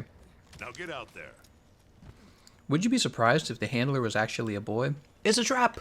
You ready? Grabbing all the stuff. So if you guys weren't there, we had our first church meeting in the Discord. Now, it wasn't really church, but we did talk about some cool subjects.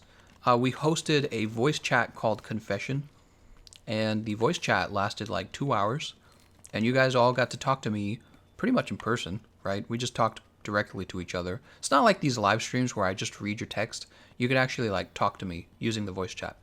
I'm thinking about swapping the names between the text channel and the voice channel. I'm thinking the text channel might be called Confessions from now on, and in the voice chat, we might change the voice chat to say church. And what'll happen is we'll have confessions throughout the week where you say cool, not cool stuff, but like interesting stuff about your life. And then we talk about it on Sundays, something like that. Peerless Rain, he says, there's your tip for dinner, lol. Thanks, man. You are a top contributor in this live stream. I don't think anyone could challenge your dominance. Ready. Thanks, man. Out to eat, huh? Where should I take her, guys? She's actually never been to Red Lobster. Did you guys know that? We don't eat out too much. If we do eat out, we usually just have like McDonald's, to be honest. McDonald's, Taco Bell. Get that nice candle-lit dinner at Taco Bell. I think they would do that if I asked them to do that. If I gave them like the candles and I'm like, can this be a candle-lit dinner? They would probably do that. We eat a lot of Taco Bell. It's probably not good, but yeah, Taco Bell, maybe some McDonald's. We don't eat out a lot. Lobster House. Red Lobster. There we go. I said that right. I think I was thinking of Pasta House. Red Lobster. Where you got to pay like $20 to have some regular chicken. You go to the store and that same chicken is like $2. Gameconomist Confessions. Yeah, I'm thinking of changing the church channel to actually be the Confessions channel. What do you guys think of that? And then on Sunday, what we'll do is we'll have a voice channel that only becomes available on Sundays, and it will be the church channel. And everyone can join and listen to us talk about stuff. And maybe we'll pick subjects that were directly from the Confessions channel. I think a lot of people actually had fun with what we did today. So we're probably going to keep doing it. It's also a lot of work. I have to give up 2 hours of my day to do that on a Sunday. But that's what you would probably do anyways if you were going to church. And I don't go to church, so I have free time. McDonald's is gross. McDonald's is gross. Why can't we stop eating it? Somebody's eating McDonald's. Every time we go to McDonald's, where we live, there's like an hour-long wait because so many people are trying to eat McDonald's. And we don't live in a poor area. We live in a middle class area, maybe slightly upper middle class. It's a nice little area that we live in. It's because all the old people live here. Peerless Rain says, get some lobster on me. Heck is yeah, we'll get some lobster. If you say McDonald's is gross, then I'm going to Sasquatch you. Oh, look out, guys. Cornboy says, Gameconomist, dang it. Way back in the day, I said you should do a shot damage only Kulve Taroth run. Oh, that's right, we need to do that. Orion says, love me some Bakotel. Bakotel. You know what I like to get from Taco Bell? Their pintos and beans. It's like this dish that you don't... The Taco Bell meat, the infamous Taco Bell meat is not in it. And it's like... I don't feel like I'm going to die after eating the pintos and beans, which sometimes when I get one of their products, I feel like I'm going to die later. Spend an extra hour in the bathroom kind of die. So, but the pintos and beans, it's just like, you're just eating beans. It's actually fine. It's like eating a vegetable almost. I guess a bean kind of is a vegetable. What does a bean count as? Like a legume? What is a bean? Beans are great. So pintos and beans and... See you around, buddy. I like the bean burrito too, but I don't like the wrap around the burrito. Is it just me? Am I the only one that doesn't like tortillas? I find tortillas gross, man. It's like I'd rather have a slice of bread even, and I don't even like bread. Bread's like, it's so dry and so flavorless. You get this tortilla, it's literally just a flour wrap, and it's just, gross. That's why I get the pintos and beans, but it's like, you get less in the pintos and beans than you would in a bean burrito, and then they charge you more for it. So it's like, oh God, what are you trying to do here, Taco Bell? Orion Sagano says, Taco Bell food never hurts me. What you mean? Taco Bell food, I get like a stomachache from it. It depends on what I ate. if I eat like their taco meat, I get like, it'll give me like a stomach ache. It's not quite the same as indigestion, but like, it'll hurt to digest it. It's so weird. It can't just be me. Everyone seems to know this stereotype about Taco Bell. I don't get the indigestion, but I definitely get a stomach ache. It seems to only happen when I eat the beef, and it's enough that I'm thinking I just won't eat their beef anymore because something's got to be wrong with it for it to do that. It can't be. When enough people are saying they're getting hurt from eating the food, there can't be something in that food that's edible. It's got to be inedible, and your body's rejecting it. So I stay away from that stuff. Hell no. Bean burrito's always good though. Bean burrito's always 100% good. They've got the shredded chicken too. I like the shredded chicken. Do you guys ever get that? Shredded chicken is great. Komodova says, when will the next Xbox stream be? Soon? I don't know. It's just kind of a daily thing I do now. You don't like bread? Yeah, bread's so gross. I can't believe bread is so popular. I've had all kinds of artisan bread. I've had all kinds of normal white bread. I've had all kinds of like healthy wheat bread. It's so gross. How do people eat bread? I don't understand.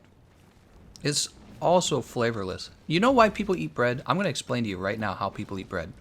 This is how people eat bread. They cover it in tons of things that don't taste like bread. That's how you eat bread. Have you ever taken a slice of bread and just eaten it plain? It's disgusting.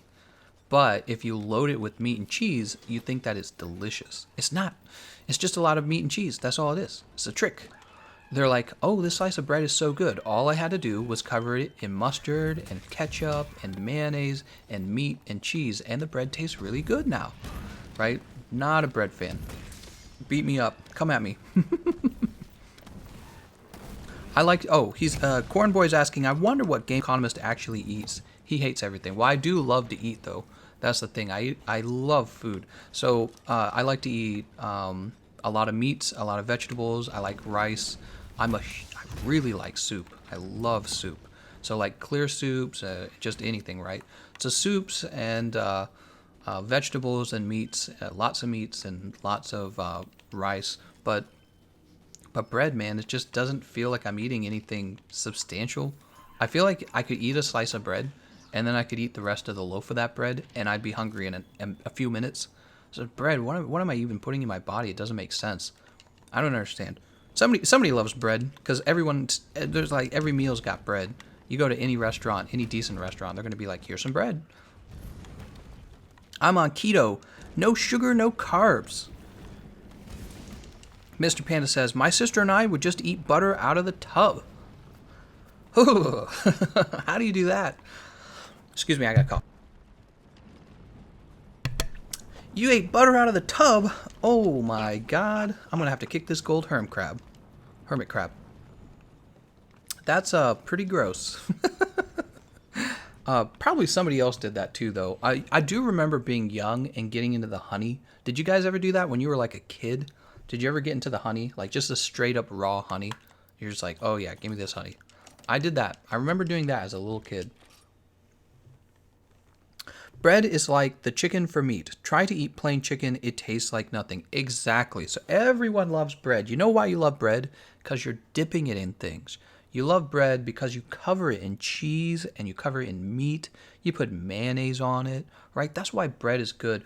Bread soaks up like the sauce from a juicy steak. That's how you eat bread, but you're not really eating bread. Take that same bread, let it go stale, and then take a bite out of it with nothing on it. It's disgusting. It's gross. But people are like, oh, you gotta have bread with that. It's like, why do I gotta have bread with this? I'm just going off on bread. By the way, potatoes are delicious. Falafel place. Potatoes at least are an actual food. I don't know what bread is. I think bread's supposed to be a food, but it's like, is pretending to be a food. I think that's what's going on with the bread. It's pretending to be a food. All right, so we're waiting for some people to come back. I think somebody just did. I'm going to go grab some ice cubes for my drink. I'll be right back. Is my cat behind me? I don't want to run over my cat. I'll be right back, guys.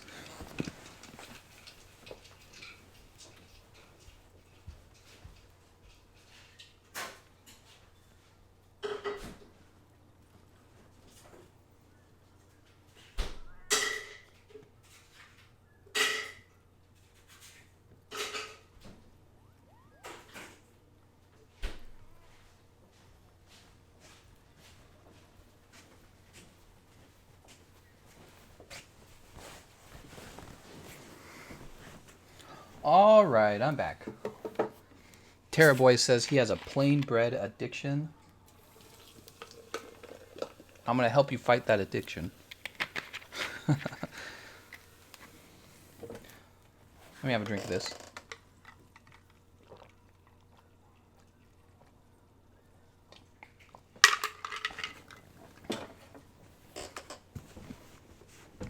I teleported bread.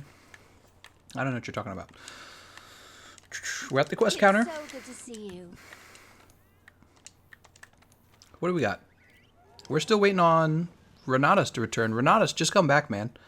Yeah, if you can hear us, Renatus, just come back. We're ready to go, man. You're going to be wasting your time. It's already Pursuit 4, so you're good, Renatus. Oh, he can't, though. He can't because he wants those... Right, he wants those first round rewards. Oh, that's going to suck, man. Well, maybe you can join someone's... You could probably join someone late, is what you're going to do. You're going to have a team with only 3 people in it. You're going to join them. So, let's grab another Kulve Taroth build. What do we want to use?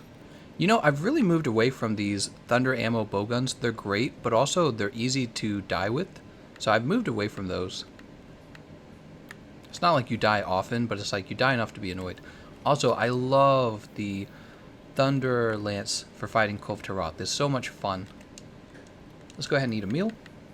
Chef's choice platter is fine with me. Nothing really says eat bread every day. How's the hunting? Oh, I thought that Quick Quit was coming back. I heard the door. That would have been nice. Who do we got? Garden, Ginny, and Terraboy. Terraboy, you were in the last attack run. I already know this. Oh, Terraboy jumped out.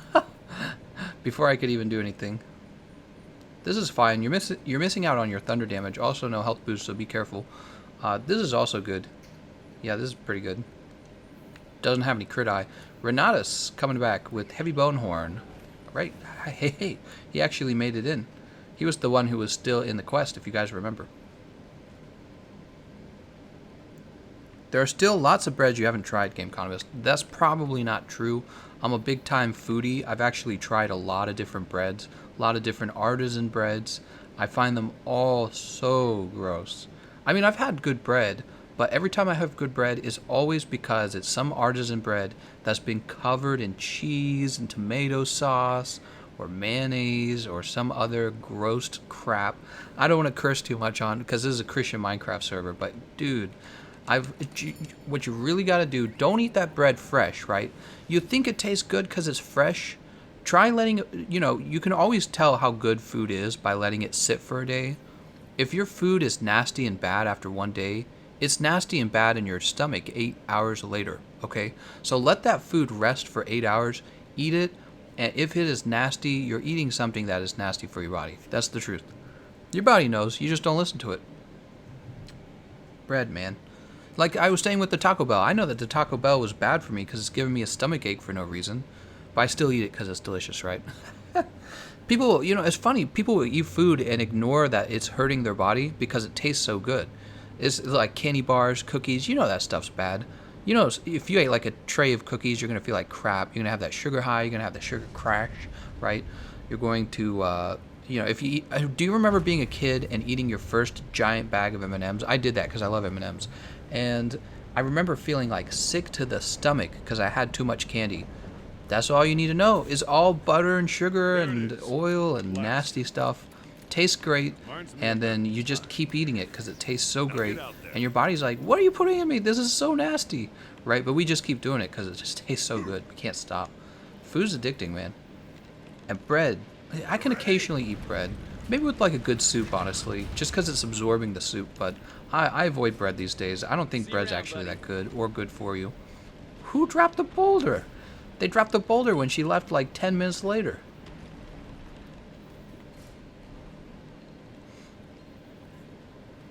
I remember eating like a pound of cake and I died. Exactly, that's what I'm saying, man.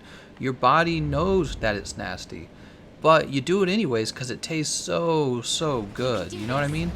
It tastes so good. So you gotta stop eating when your body's like telling you, dude, you are putting garbage in me. See what I'm saying? We don't listen to that. We just kind of think about how the food tastes, I think, most of the time. And then if it hurts, we're like, it's fine. I have a pain tolerance. Who cares, right? And your stomach's telling you, it's like, dude, this is nasty. It's the bad stuff. Where are you at, Kulve Taroth? She's gonna be over here. Mousse tastes good. Takes 10 minutes to prepare. Talking about that chocolate mousse. This coming from a ham sandwich. I'm a big fan of ham, but you guys gotta be careful. Get the uncured ham. Sodium nitrates. Check your food for sodium nitrates. Sodium nitrates are in the same category as cigarettes. The whatever health council, they did all their tests and they found that sodium nitrates are just as closely linked to cancer as cigarettes. This is the meat department. So when you go to your meat department, look for the uncured meat. Everyone's selling it now. All the grocery stores near where I'm living, they all sell uncured meat now. They don't sell sodium nitrate. Well, they still sell some sodium nitrate meat, but they all have alternatives now. So that stuff is cancerous. Gotta be careful. Good timing on that, by the way. Oh, not really. She's hidden. I guess we could get the, yeah, we can get the chip on the horns, can't we? Let's get away from that. Oh.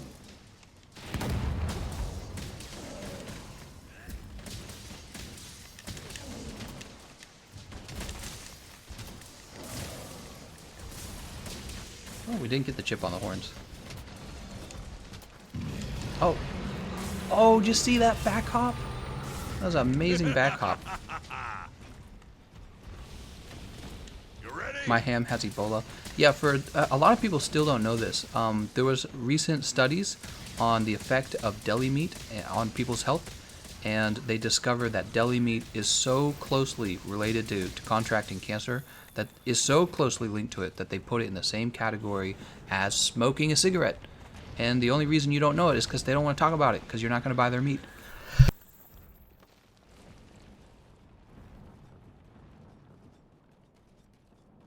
Sorry about that, I had to sneeze. So be sure to tell everyone, go look it up on the internet. It's a real thing. And if you go to the grocery store, you're going to find uncured meat. You just have to look for it. Man, I gotta sneeze more. I don't know what happened. We got our cats, and I'm actually allergic to cats. Horizon says, "Guess I'll die." Guess you will, man. It's not hard. They discovered it's one ingredient. It's the sodium nitrate and another sodium product. I can't remember. It's two sodium products that they use to preserve the meat. Surprise, surprise, this chemical used to preserve meat is cancerous. What a surprise. So stay away from those chemicals. You can still eat meat. Yeah. I mean, technically they found also if you eat a lot of red meat, if you eat a lot of meat, period, that is also kind of related to cancer. So you shouldn't just eat tons of meat. If you eat tons and tons of meat, it's bad for you.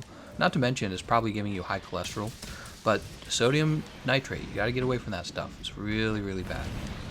Directly related to cancer. They said as bad as cigarettes. That's all you need to know. Uh-oh, I'm dead. Oh, it's because I don't have any guard up. I was wondering what was going on there. I was blocking it, but it wasn't actually blocking. I have no guard up. That's my fault. It's because I didn't really remember the build. I didn't really remember what I had on the build. That's my fault. Hopefully we're still okay. My bad. Item box. And we'll go ahead and take this.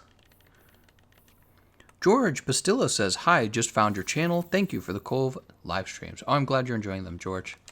I am... Oh, god dang it, man. Oh, my god. Keep yourself together. Item pouch. I hate the limit in the item pouch. You guys want to know why I don't like cool drink and hot drink? Is because your item pouch is already too small. Oh, I don't want to talk to you, pard. Your item pouch is already too small. Why would I want to hold a hot drink and a cold drink all the time?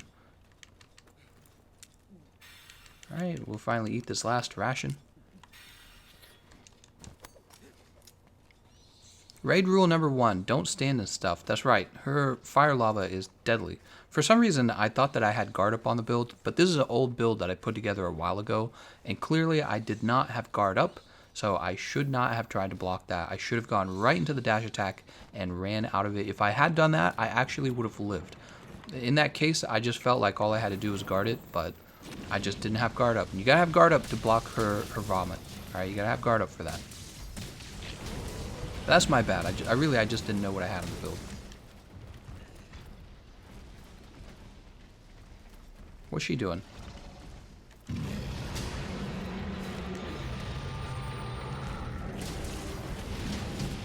Renatus. Is this back? No, it's not. Nergigante, thanks, man. He says, tasty food is so good, I hate salads. You hate salads? It's because you haven't had a good one. I promise, Nergigante. You haven't had a good salad. If you want to have a good salad, you got to have like a diverse number of vegetables in it, and you got to have a little bit of meat in it. Meat makes salad taste better. You got to have a little bit of cheese in it, and you got to have, you know, the trick is actually to have some nuts and some fruits in it as well. If you get some nuts and fruits, those actually make a salad taste really good. So if the salad's kind of boring in flavor, try doing this. Try taking some grapes, cut those grapes in half, and mix them into the salad. It makes them so good. Because you get something healthy anyways, you know, it's just fruit. And it has a really, really nice flavor because of its sweetness, right? The sweetness is like a surprise. And then you can put, the nuts have more of a blunt flavor, you know? They have a nutty, blunt flavor that contradicts the sweetness. So you can crush like some walnuts or some pecans, mix them in with the small sliced grapes, right? And then you have a little bit of maybe like bacon bits or something. You don't have to, the thing is, it's supposed to be healthy, right? The salad. So you don't want to overload it with meat and cheese. So you just put a little bit of meat in, enough that you can taste it. You put a little bit of like high quality Parmesan cheese in. Don't go with like the cheapskate, terrible Parmesan cheese, because you're cheating out on quality life when you use the cheap Parmesan cheese. And then you could also, if you really like to, you can add like olives, but that actually adds a lot of salt to your food as well. But I love olives, so we'll have olives in ours usually. If you want to get real fancy, you add an anchovy to the salad dressing. Crush an anchovy into the salad dressing, and your salad will taste very fancy. It'll taste very fishy. Wait, what are we doing? We got to get out of here. Wrong lens. The Lonely Turnip says, I hate how expensive fruit is. Saw a packet of grapes for like 3 quid. Maybe it's where you live, Lonely Turnip. Where I live, the fruit's actually pretty affordable. You just kind of buy whatever's on sale, and it's not expensive at all. Let's go ahead and... Right, we're trading out builds. Might be where you live in, man. Sucks if it's expensive. I do feel bad for you. Do I have a lance build? Fire resistance. Alright, this is for Kulve Taroth. Oh, it's a budget build. Oh, we'll use it anyways. Let's just go for it. Who cares? You been hitting the nutty blunt? No, I gotta stay away from those blunts. Jeff Fisher says, ew, meat and fruit? No thanks. One or the other. Oh, please. Have you never had, like, cherries and chicken breast? Cherries and chicken breast is glorious. It's so delicious. You don't know what you're talking about. Fruit and meat go together, just like fruit and vegetables can go together. Fruit's delicious, man. How do you have trouble with fruit? It's such a basic food. Maybe you're just getting the fruit that you don't like. Chicken breast and cherries. A little bit of sweet and tartness. A little bit of meatiness. It's perfect. You can't eat those together. Can if I want.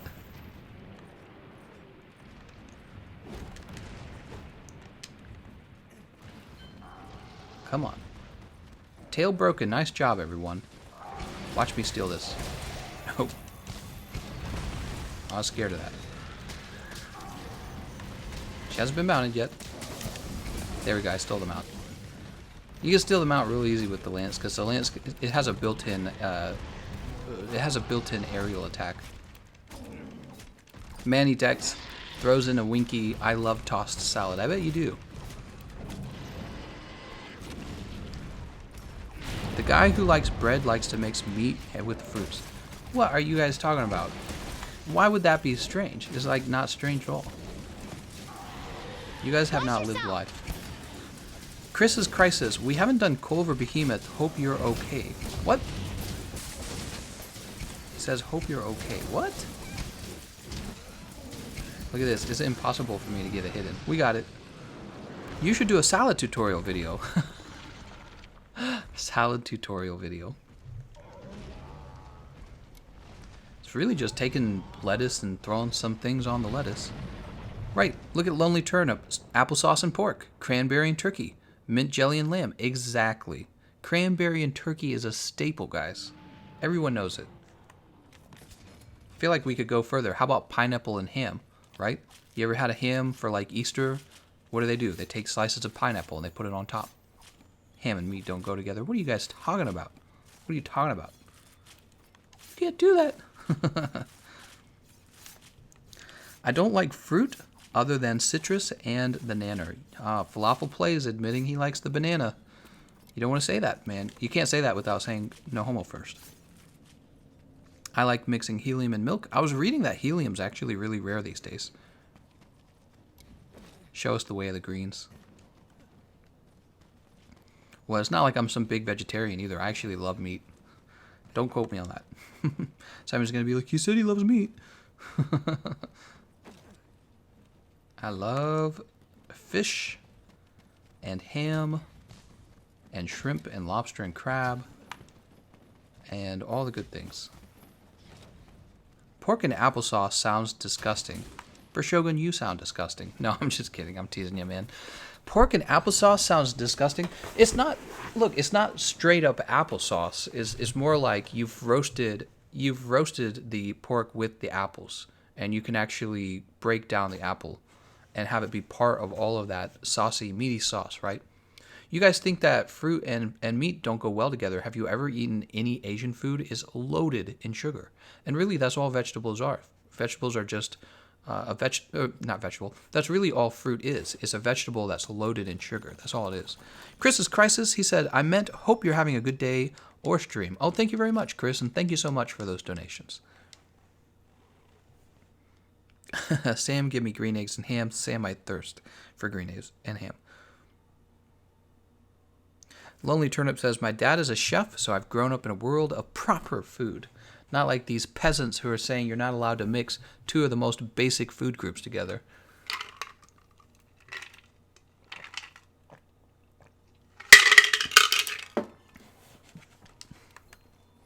All right. Let's see what rewards we got. This is reward cycle 14. Welcome. Kulve Taroth, the siege. When will you learn? Oh my god, that kid's so funny. I wonder what he does now. Where is he? Here's the Taroth the Buster Glutton. Already got it. Already got it. Already got it. Already got it. Already got it. Boop. They're all gone. Next. 14 reward cycles and no reward. What are they doing? Grab this Forager setup. It is just not fair.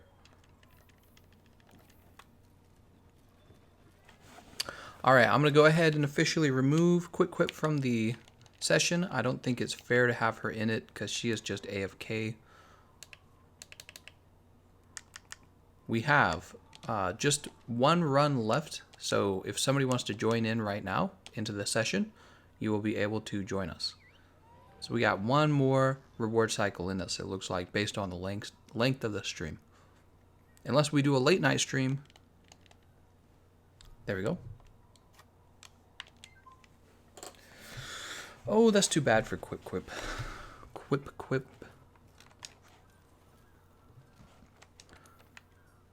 Alright, we'll go ahead and have some stamina.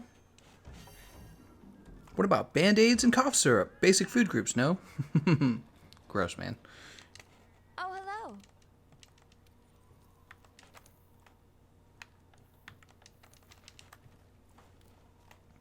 Authentic Chinese food doesn't have that sugary stuff. Well, I don't know if I agree with that, actually, Jeff Fisher.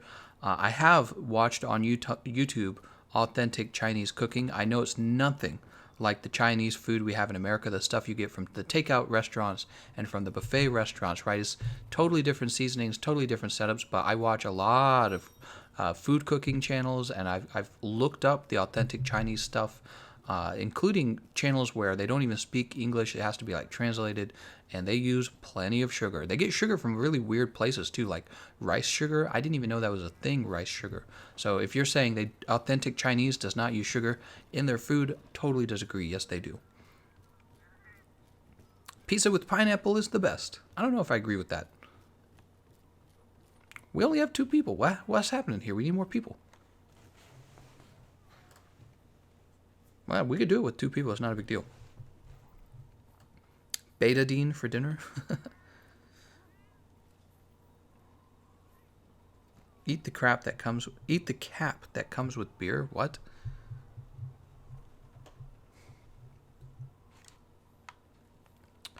Where's everyone, man? We got 2 people in here.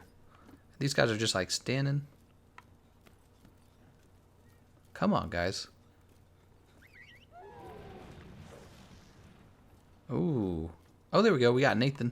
Thank God. I was going to be so lonely if you didn't join, Nathan.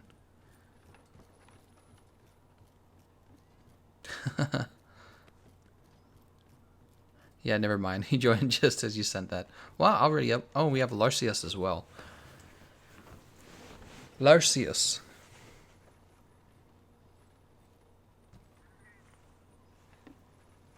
Give us a damn minute. Speaking of which, I have not eaten dinner tonight. I wonder what I should eat. I'm hungry. It's 10 o'clock, man. What did I eat for lunch? I know I ate something for lunch. Oh, I had like a frozen pizza. It was so gross. We ate it almost for breakfast, and we haven't eaten anything else. We only ate it because we were too lazy to cook anything.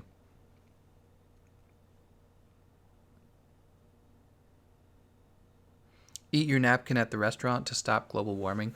I was watching actually a video yesterday night about how there's big machines being built to suck the, what was it, like CO2 out of the air to reduce the effects of global warming. How cool is that? Bill Gates has invested in it, and a bunch of the oil industries are invested in it as well. I was also learning that in order to reduce the amount of CO2 we're releasing into the air, our energy plants are being designed to take the carbon emissions, I guess, and actually store them underground rather than releasing them into the air like they used to when you would burn off coal or oil or whatever you were working on. It's really cool. When I was younger, and I took a class when I was real young, when I was in the community college. It was all I could afford, and it was before I went off to university for a proper 4-year degree. So I was in the community college, and I took Introduction to Physics, and one of the chapters was on energy, and that's actually what my dad works in now. My dad is an instrumentalist. He's an instrumentalist for a coal company, which is a kind of like a fancy term for an engineer who actually operates and fixes the machinery that runs the coal plant. And then, so he actually works in energy. And when I was learning about that stuff, it was so interesting. I was like, wow, this is really, really cool. I still remember that today. So there was a chance, maybe a small one, that instead of computer science, I had gone into learning about maybe nuclear physics or maybe, I don't know, something similar to that, something energy-based, because I think I would have maybe been interested in that, like petroleum engineer.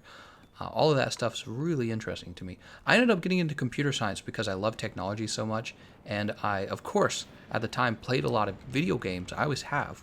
And I told myself, well, maybe if I have a computer science degree and, I learn how to code and all that, maybe down the road somewhere I'll have a job where I can work on video games.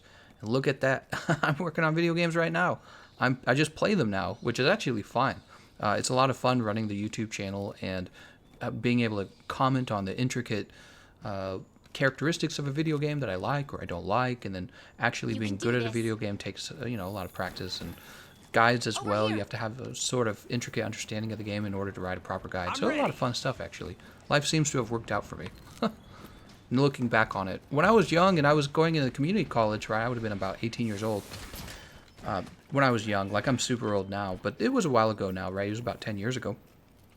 Back when I was 18 years old and I took a class at the community college, I really didn't know where I was going to be going in life. You know what I mean? And some of you are probably that way right now. You're probably 18, wondering what you're going to be doing in life. And it was stressful, man. It's almost depressing a little bit, not really knowing what was going to happen. So I'm older now. I don't worry about it at all. Things are set up. I've got my job. I've got my degree. I'm all done. All I have to do is go to work every day. That's all you got to do. And you guys will reach that point too, by the way. If you're still, like I said, if you're younger and you're like, what am I going to be doing in life? You'll reach that point. You get your education done, whatever amount of education was right for you. and you'll find some kind of work that satisfies your needs somehow. You know, if you hate your job, by the way, I recommend that you work properly on your resume and you actually go out and start looking for a job. This is something I didn't learn till I was in my 20s.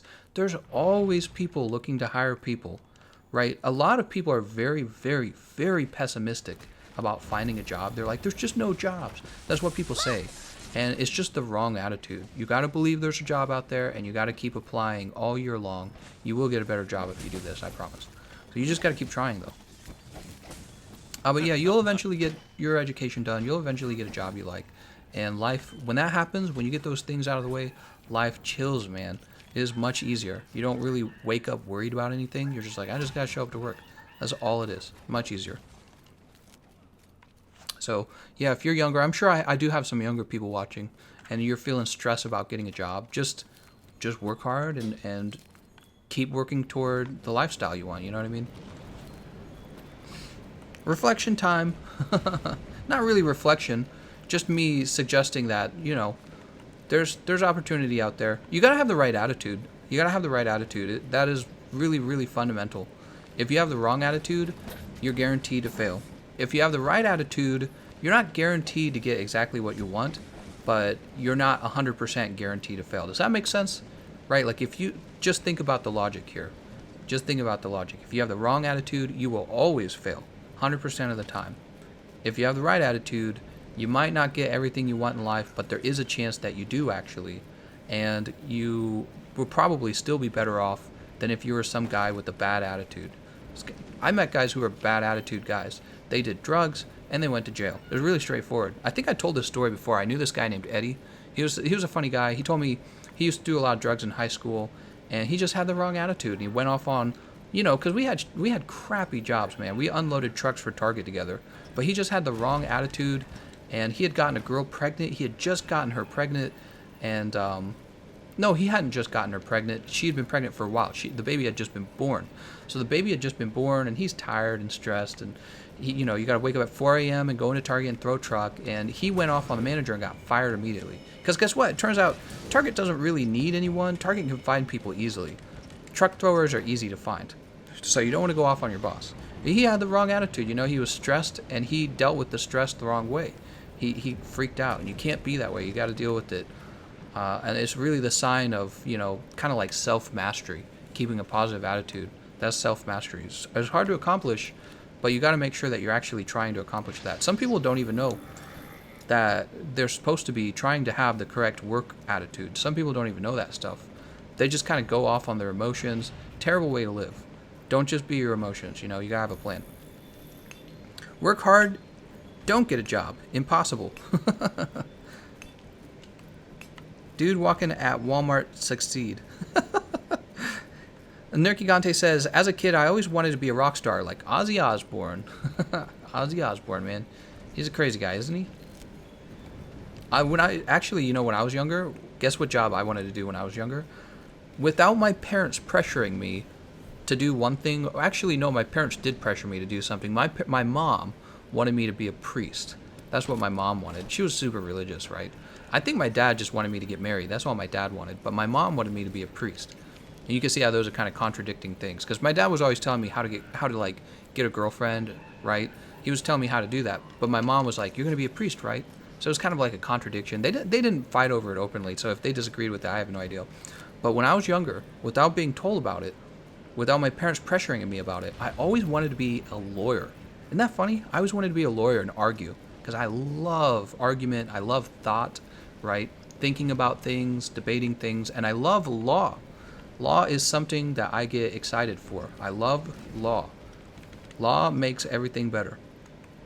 You go to a place with no laws and it is anarchy and crime and people are sad and people are poor because businesses, by the way, businesses don't like areas with high crime because you have to invest a bunch of money and you got to be sure that your investments matter, like they come back. Well, if a place is risky, you don't really know if your investments are going to come back, right? See what I'm saying? So businesses love areas that are secure. It's one of the most fundamental things to having a good economy is having a safe place to open business. And so I was always interested in being a lawyer, but it just never happened. I never went to school for being a lawyer. Be gone, thought. It's probably because I said I love thoughts. Orion Sagano says, getting a girl isn't hard. You just got to be outgoing a little and be chatty. That's basically it. Yeah, but I would say this, Orion. Getting a high quality girl actually is hard. Getting somebody who's, not going to like leave you, cheat on you. She's got a brain. I think if it's fair enough to say not all guys are smart, not all girls are smart either. So if you want somebody who's high quality, it's not that easy. And that was often what my dad was talking to me about when I was younger. He would even talk about looks even. So he was just like, he'd just straight up tell me the truth. He'd be like, if you get a fat girl when she's young, she gets really fat when she gets older. That's what he was telling me when I was a kid. When I was like 13 years old, he was telling me that stuff. Omnirath says, Gameconomist mom wanted him to be a kid toucher. Oh, because she told me she wanted to be a priest. Oh, please. That's not what she wanted. Obviously, Catholics in the Catholic Church don't want that either. They think it's wrong, and I don't know how they're dealing with it because I'm not Catholic anymore. But let's see what James Deneen says. What about the law of demonetization? The law of demonetization is anytime I talk about something that isn't Minecraft friendly, Christian Minecraft server. Horizon said, it's called Cash and Weapons. Good game, easy girlfriend, speedrun. Techo Zero says, a high quality girlfriend. What is this, car shopping? Yeah, it is basically car shopping, Techo Zero. You're like, ugh, I'm disgusted by that idea. It's like, well, you better believe girls are looking at you and asking if you're a high quality partner as well. Okay? So don't kid yourself. Women are wondering, do you look nice? Is he a kind man? Can he father my children? Can he provide for me? If we're attacked, can he protect me? She protect, right? So they're asking that stuff. Well, you should be asking that stuff as well. You should be asking the important questions about picking your partner. It's not a joke. Let's go ahead and change our equipment. To what? What are we going to use? Ah, here's Cove 4. I see. Must have shifted or something. Let's use the charge blade. Time for the Chad blade, guys. My dad got straight to the facts. That's right. I remember when I was 13 years old, feeling a little uncomfortable with all the stuff he was telling me. But as an adult now, I actually really appreciate it. I'm like, there were things my dad didn't do right as a dad, but that was actually one of the things he did really, really well. He just told me exactly how it was. And no sugarcoating, no being afraid of offending anyone. He just told me exactly how it was. And it worked. Let's go ahead and let's see if anyone's still on stage. Nope, everyone's getting started. Begin the siege. James Deneen says, find you a girl who buys you snacks and won't eat them. Buys you snacks and won't eat them too. What? So what did you actually go to school for? Jason Bright, I originally went to school for business. And then I kind of moved into finances from business, obviously. It's kind of like choosing a specialty, actually. And then after doing some education in finance, I swapped my degree over to computer science because I realized I could do stuff that was more challenging than finance because I found computer science to be something I was naturally good at. And I found that it was more complicated than finance. So I was like, I might as well challenge myself and do whatever is most difficult, right? That's a good mindset, by the way. Challenge yourself.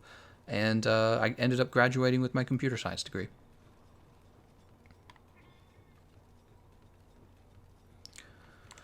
All right, I guess I'll take a look at their builds. Terrorboy has Taroth Sword Fire with no part breaker. Gardon has Kiar Blitz Thunder.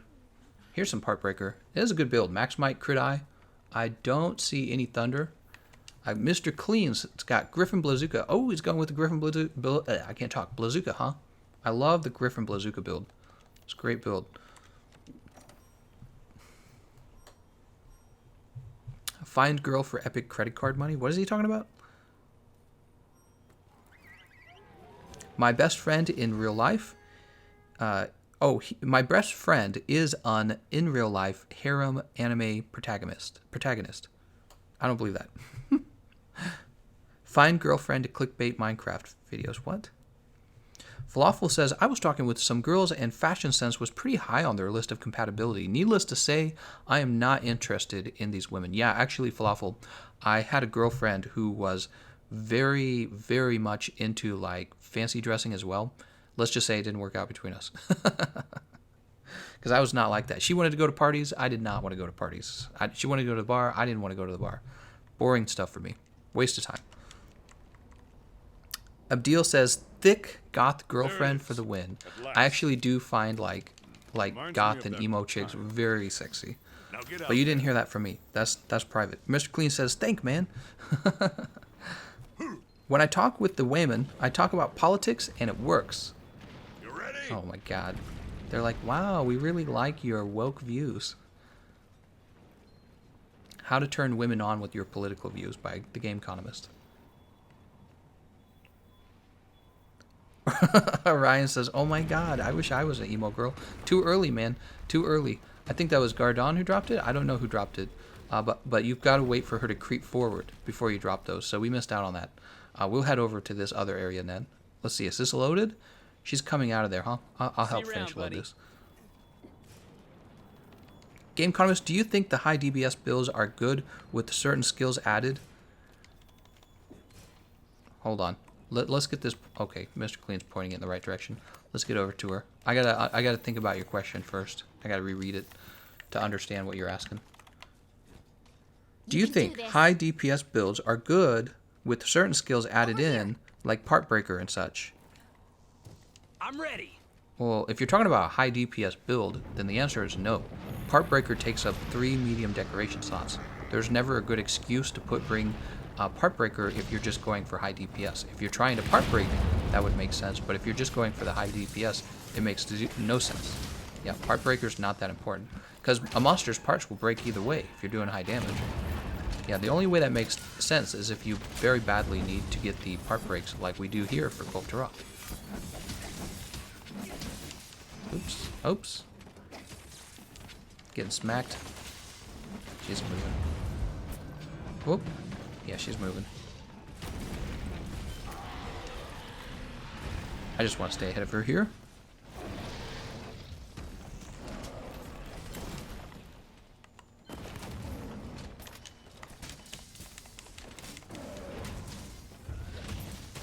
Look at that damage.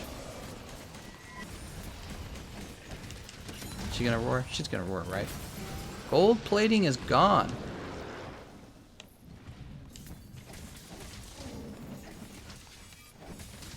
Dude, stop smacking me. Who attacked me?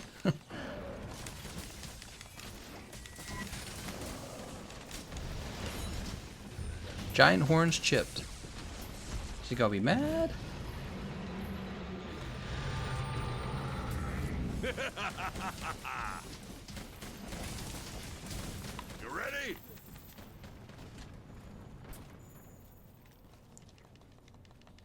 Do you know how much I would wear cat ears? A lot. Oh, thanks for letting us know, Orion. It's getting kind of weird in here, guys. Let's drop this boulder.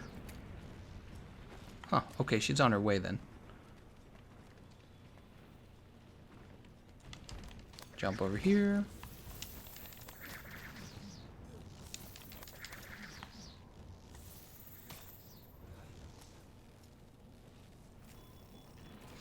we're gonna get the jump attack on her as well. Wow, it's late, man. It's 10:30. I didn't even realize how late it was. Well, I think I did. It's like it didn't really dawn on me exactly what that meant. Is Empress B best to use on this event? Empress B? I guess it depends on what you're using. All right. Oh, no, I gotta recharge the shield. Oh, I don't want to dive evade.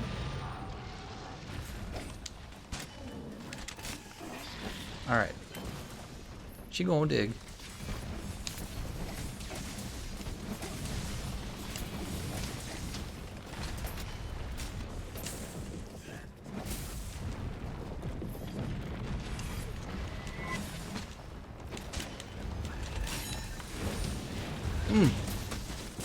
Oh my god, did you guys see how much damage that was? That's crazy.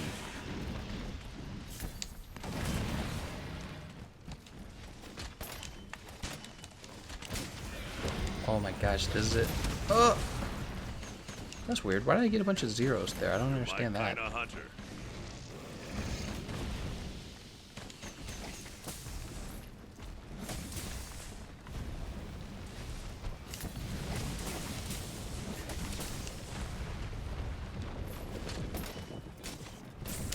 Can't pay can't pay rent? We blow it away. Here it comes. Ugh! Look at those explosions. 234 damage each? That's crazy. Way too much damage.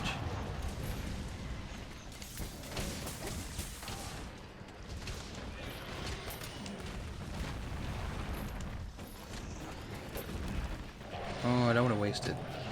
Where's she gonna land? Okay, she's landing here. Oh, perfect. Look at that. Oh, okay. Well, we still got like 600 damage there. I shouldn't be complaining.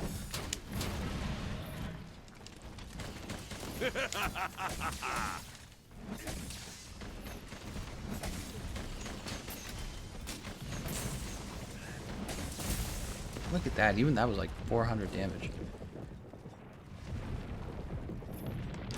You're my kind of hunter.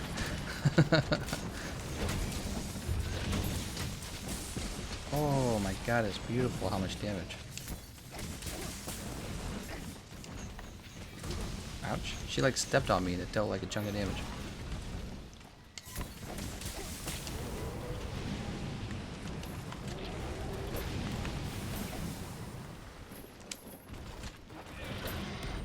I don't want to waste it.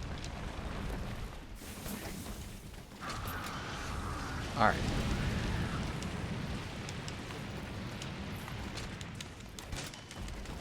Oh, I'm in trouble. Yeah, that hurts. Are we going to be able to get out of this? Oh, I timed that wrong. I was just supposed to guard that and then go into my counter. Alright, let's go ahead and eat. Max potion. Keep looking. Don't let up. We're bound to pick up the All trail done. somewhere. All done. Do you wish you could finish the stream with us? Ah. Go watch. I tried keeping you in, but you missed so much that I ended up giving your spot away. Look! Oh, she's gone. Let's go ahead and jump out of here.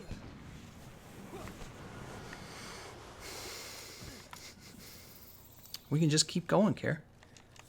It's 10:30. Are you hungry? Mm-hmm. Yeah, I'm hungry. I don't know what to make though.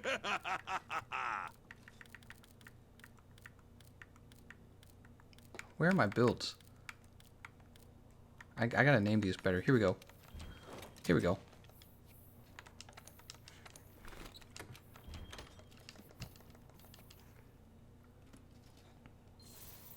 Alright. This weapon I'm using is called the Charge Blade.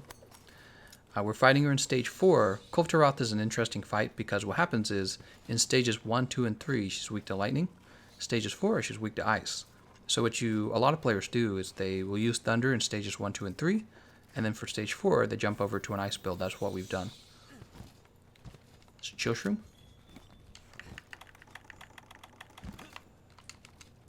Are you ready to see the full power of this fully operational Star Destroyer? Starbase, that's what he says, Starbase. Did I say Starbase? I can't remember what he says. Emperor Palpatine. The full power. I can't remember what he says. It's just me, Terra Boy, and Gardon. Good I don't know what work, happened to Fibers. the fourth Now guy. Get out there and show us how it's done.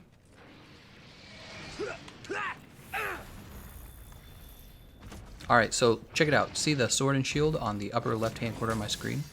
For this weapon to be any good, I kind of have to charge them. That's why it's called a Charge Blade, right? So I've just filled up the files by attacking with the swords. Now I'm We're the going to ones to use get it this done. attack that transfer all the files over to my shield. I'm going to keep attacking with my sword. And now I've got full files. And what I can do is I can charge the sword as Oh well. my. Oh dear. So now we have all our files charged, and we have a super powered up sword. Oh, we've got her. Check this out. Look at that. She's staggered from that damage. That's why people want to know those flinch values. Because when they know that, they know how much damage they got to do in order to cause her to do that, to flinch like that. Really? She attacked the center, huh?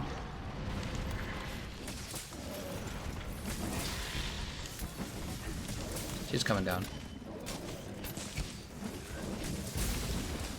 She's gonna fall over here. Watch yourself. This is what people love Charge Blade for is right this right here. Oh. Who did that? Guess Gardon, you don't do that, man. Everybody makes this mistake. Look at Terrorboy. You actually just interrupted my super powerful save. I think I still have it though. Hold on. Yeah, I don't think it hit her head. I think it hit her body. So Gardon, pro tip. don't ever put the barrel bombs down by the monster. Tail broken. Don't put the barrel bombs down by the monster when she's down, because you're gonna knock all your teammates away and they're gonna lose all their damage. So you don't want to do that. You're gonna miss out on that good damage, which is exactly what happened.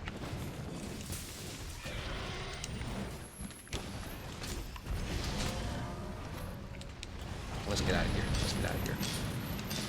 Why you gotta be careful? You gotta be careful. You gotta make sure that you have an opening to use your attack.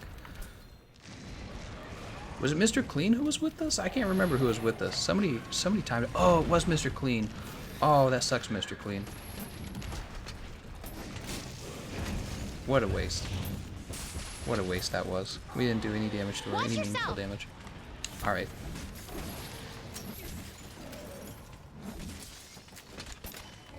Oh, horns are broken. Didn't even matter. I was working my way up there to get a Sade out. We were going to win anyways, Gardon.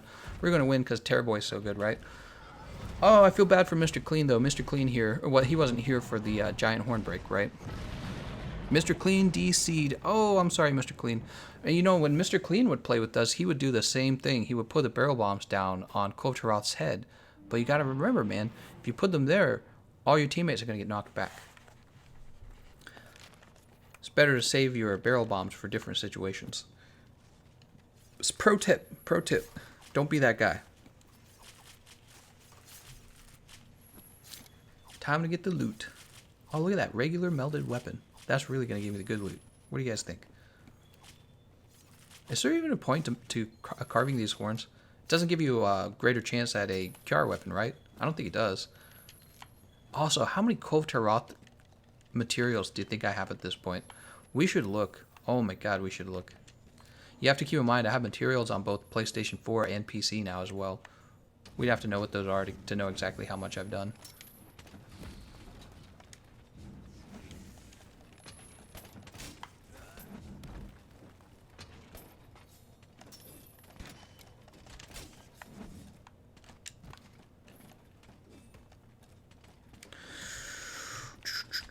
You've got some weird thumbnails. Thank you very much, Makara.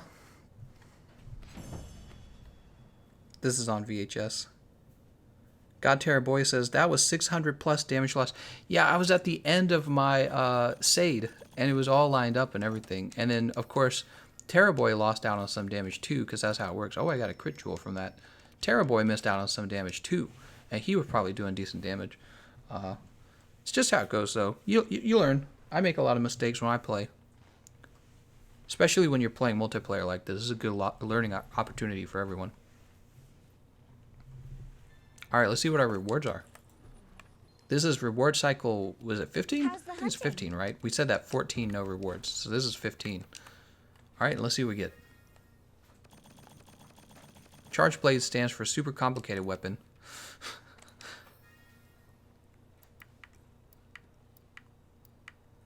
Don't need it. Don't need it. Nothing. So 15 reward cycles and no rewards. Now it is time to say goodbye. The stream is officially 2 hours and 20 minutes long, and it is getting later at night. I'm going to be back on tomorrow. It's going to be a Monday. We're going to continue probably the PlayStation 4 and the Monster Hunter GU Let's Kart series.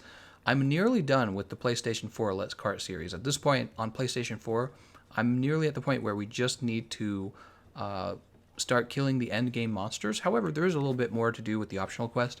In Monster Hunter GU, we left off having to... What did we leave off at? We were playing multiplayer. They were grinding me through. It was a bunch of low rank stuff that I had already fought. But I reached high rank, what is it, 4? Is that it? I reached high rank 4 in GU multiplayer, and you guys wanted me to solo one of the monsters from GU multiplayer. So I'm definitely going to be doing that at the beginning of the Monster Hunter GU stream tomorrow, which will probably be around 3 p.m. 3 p.m. Central Time. 3 p.m. Central. All right? Okay, let me do a little wave here. All right, I want to thank you all for watching, and I'll see you guys next time.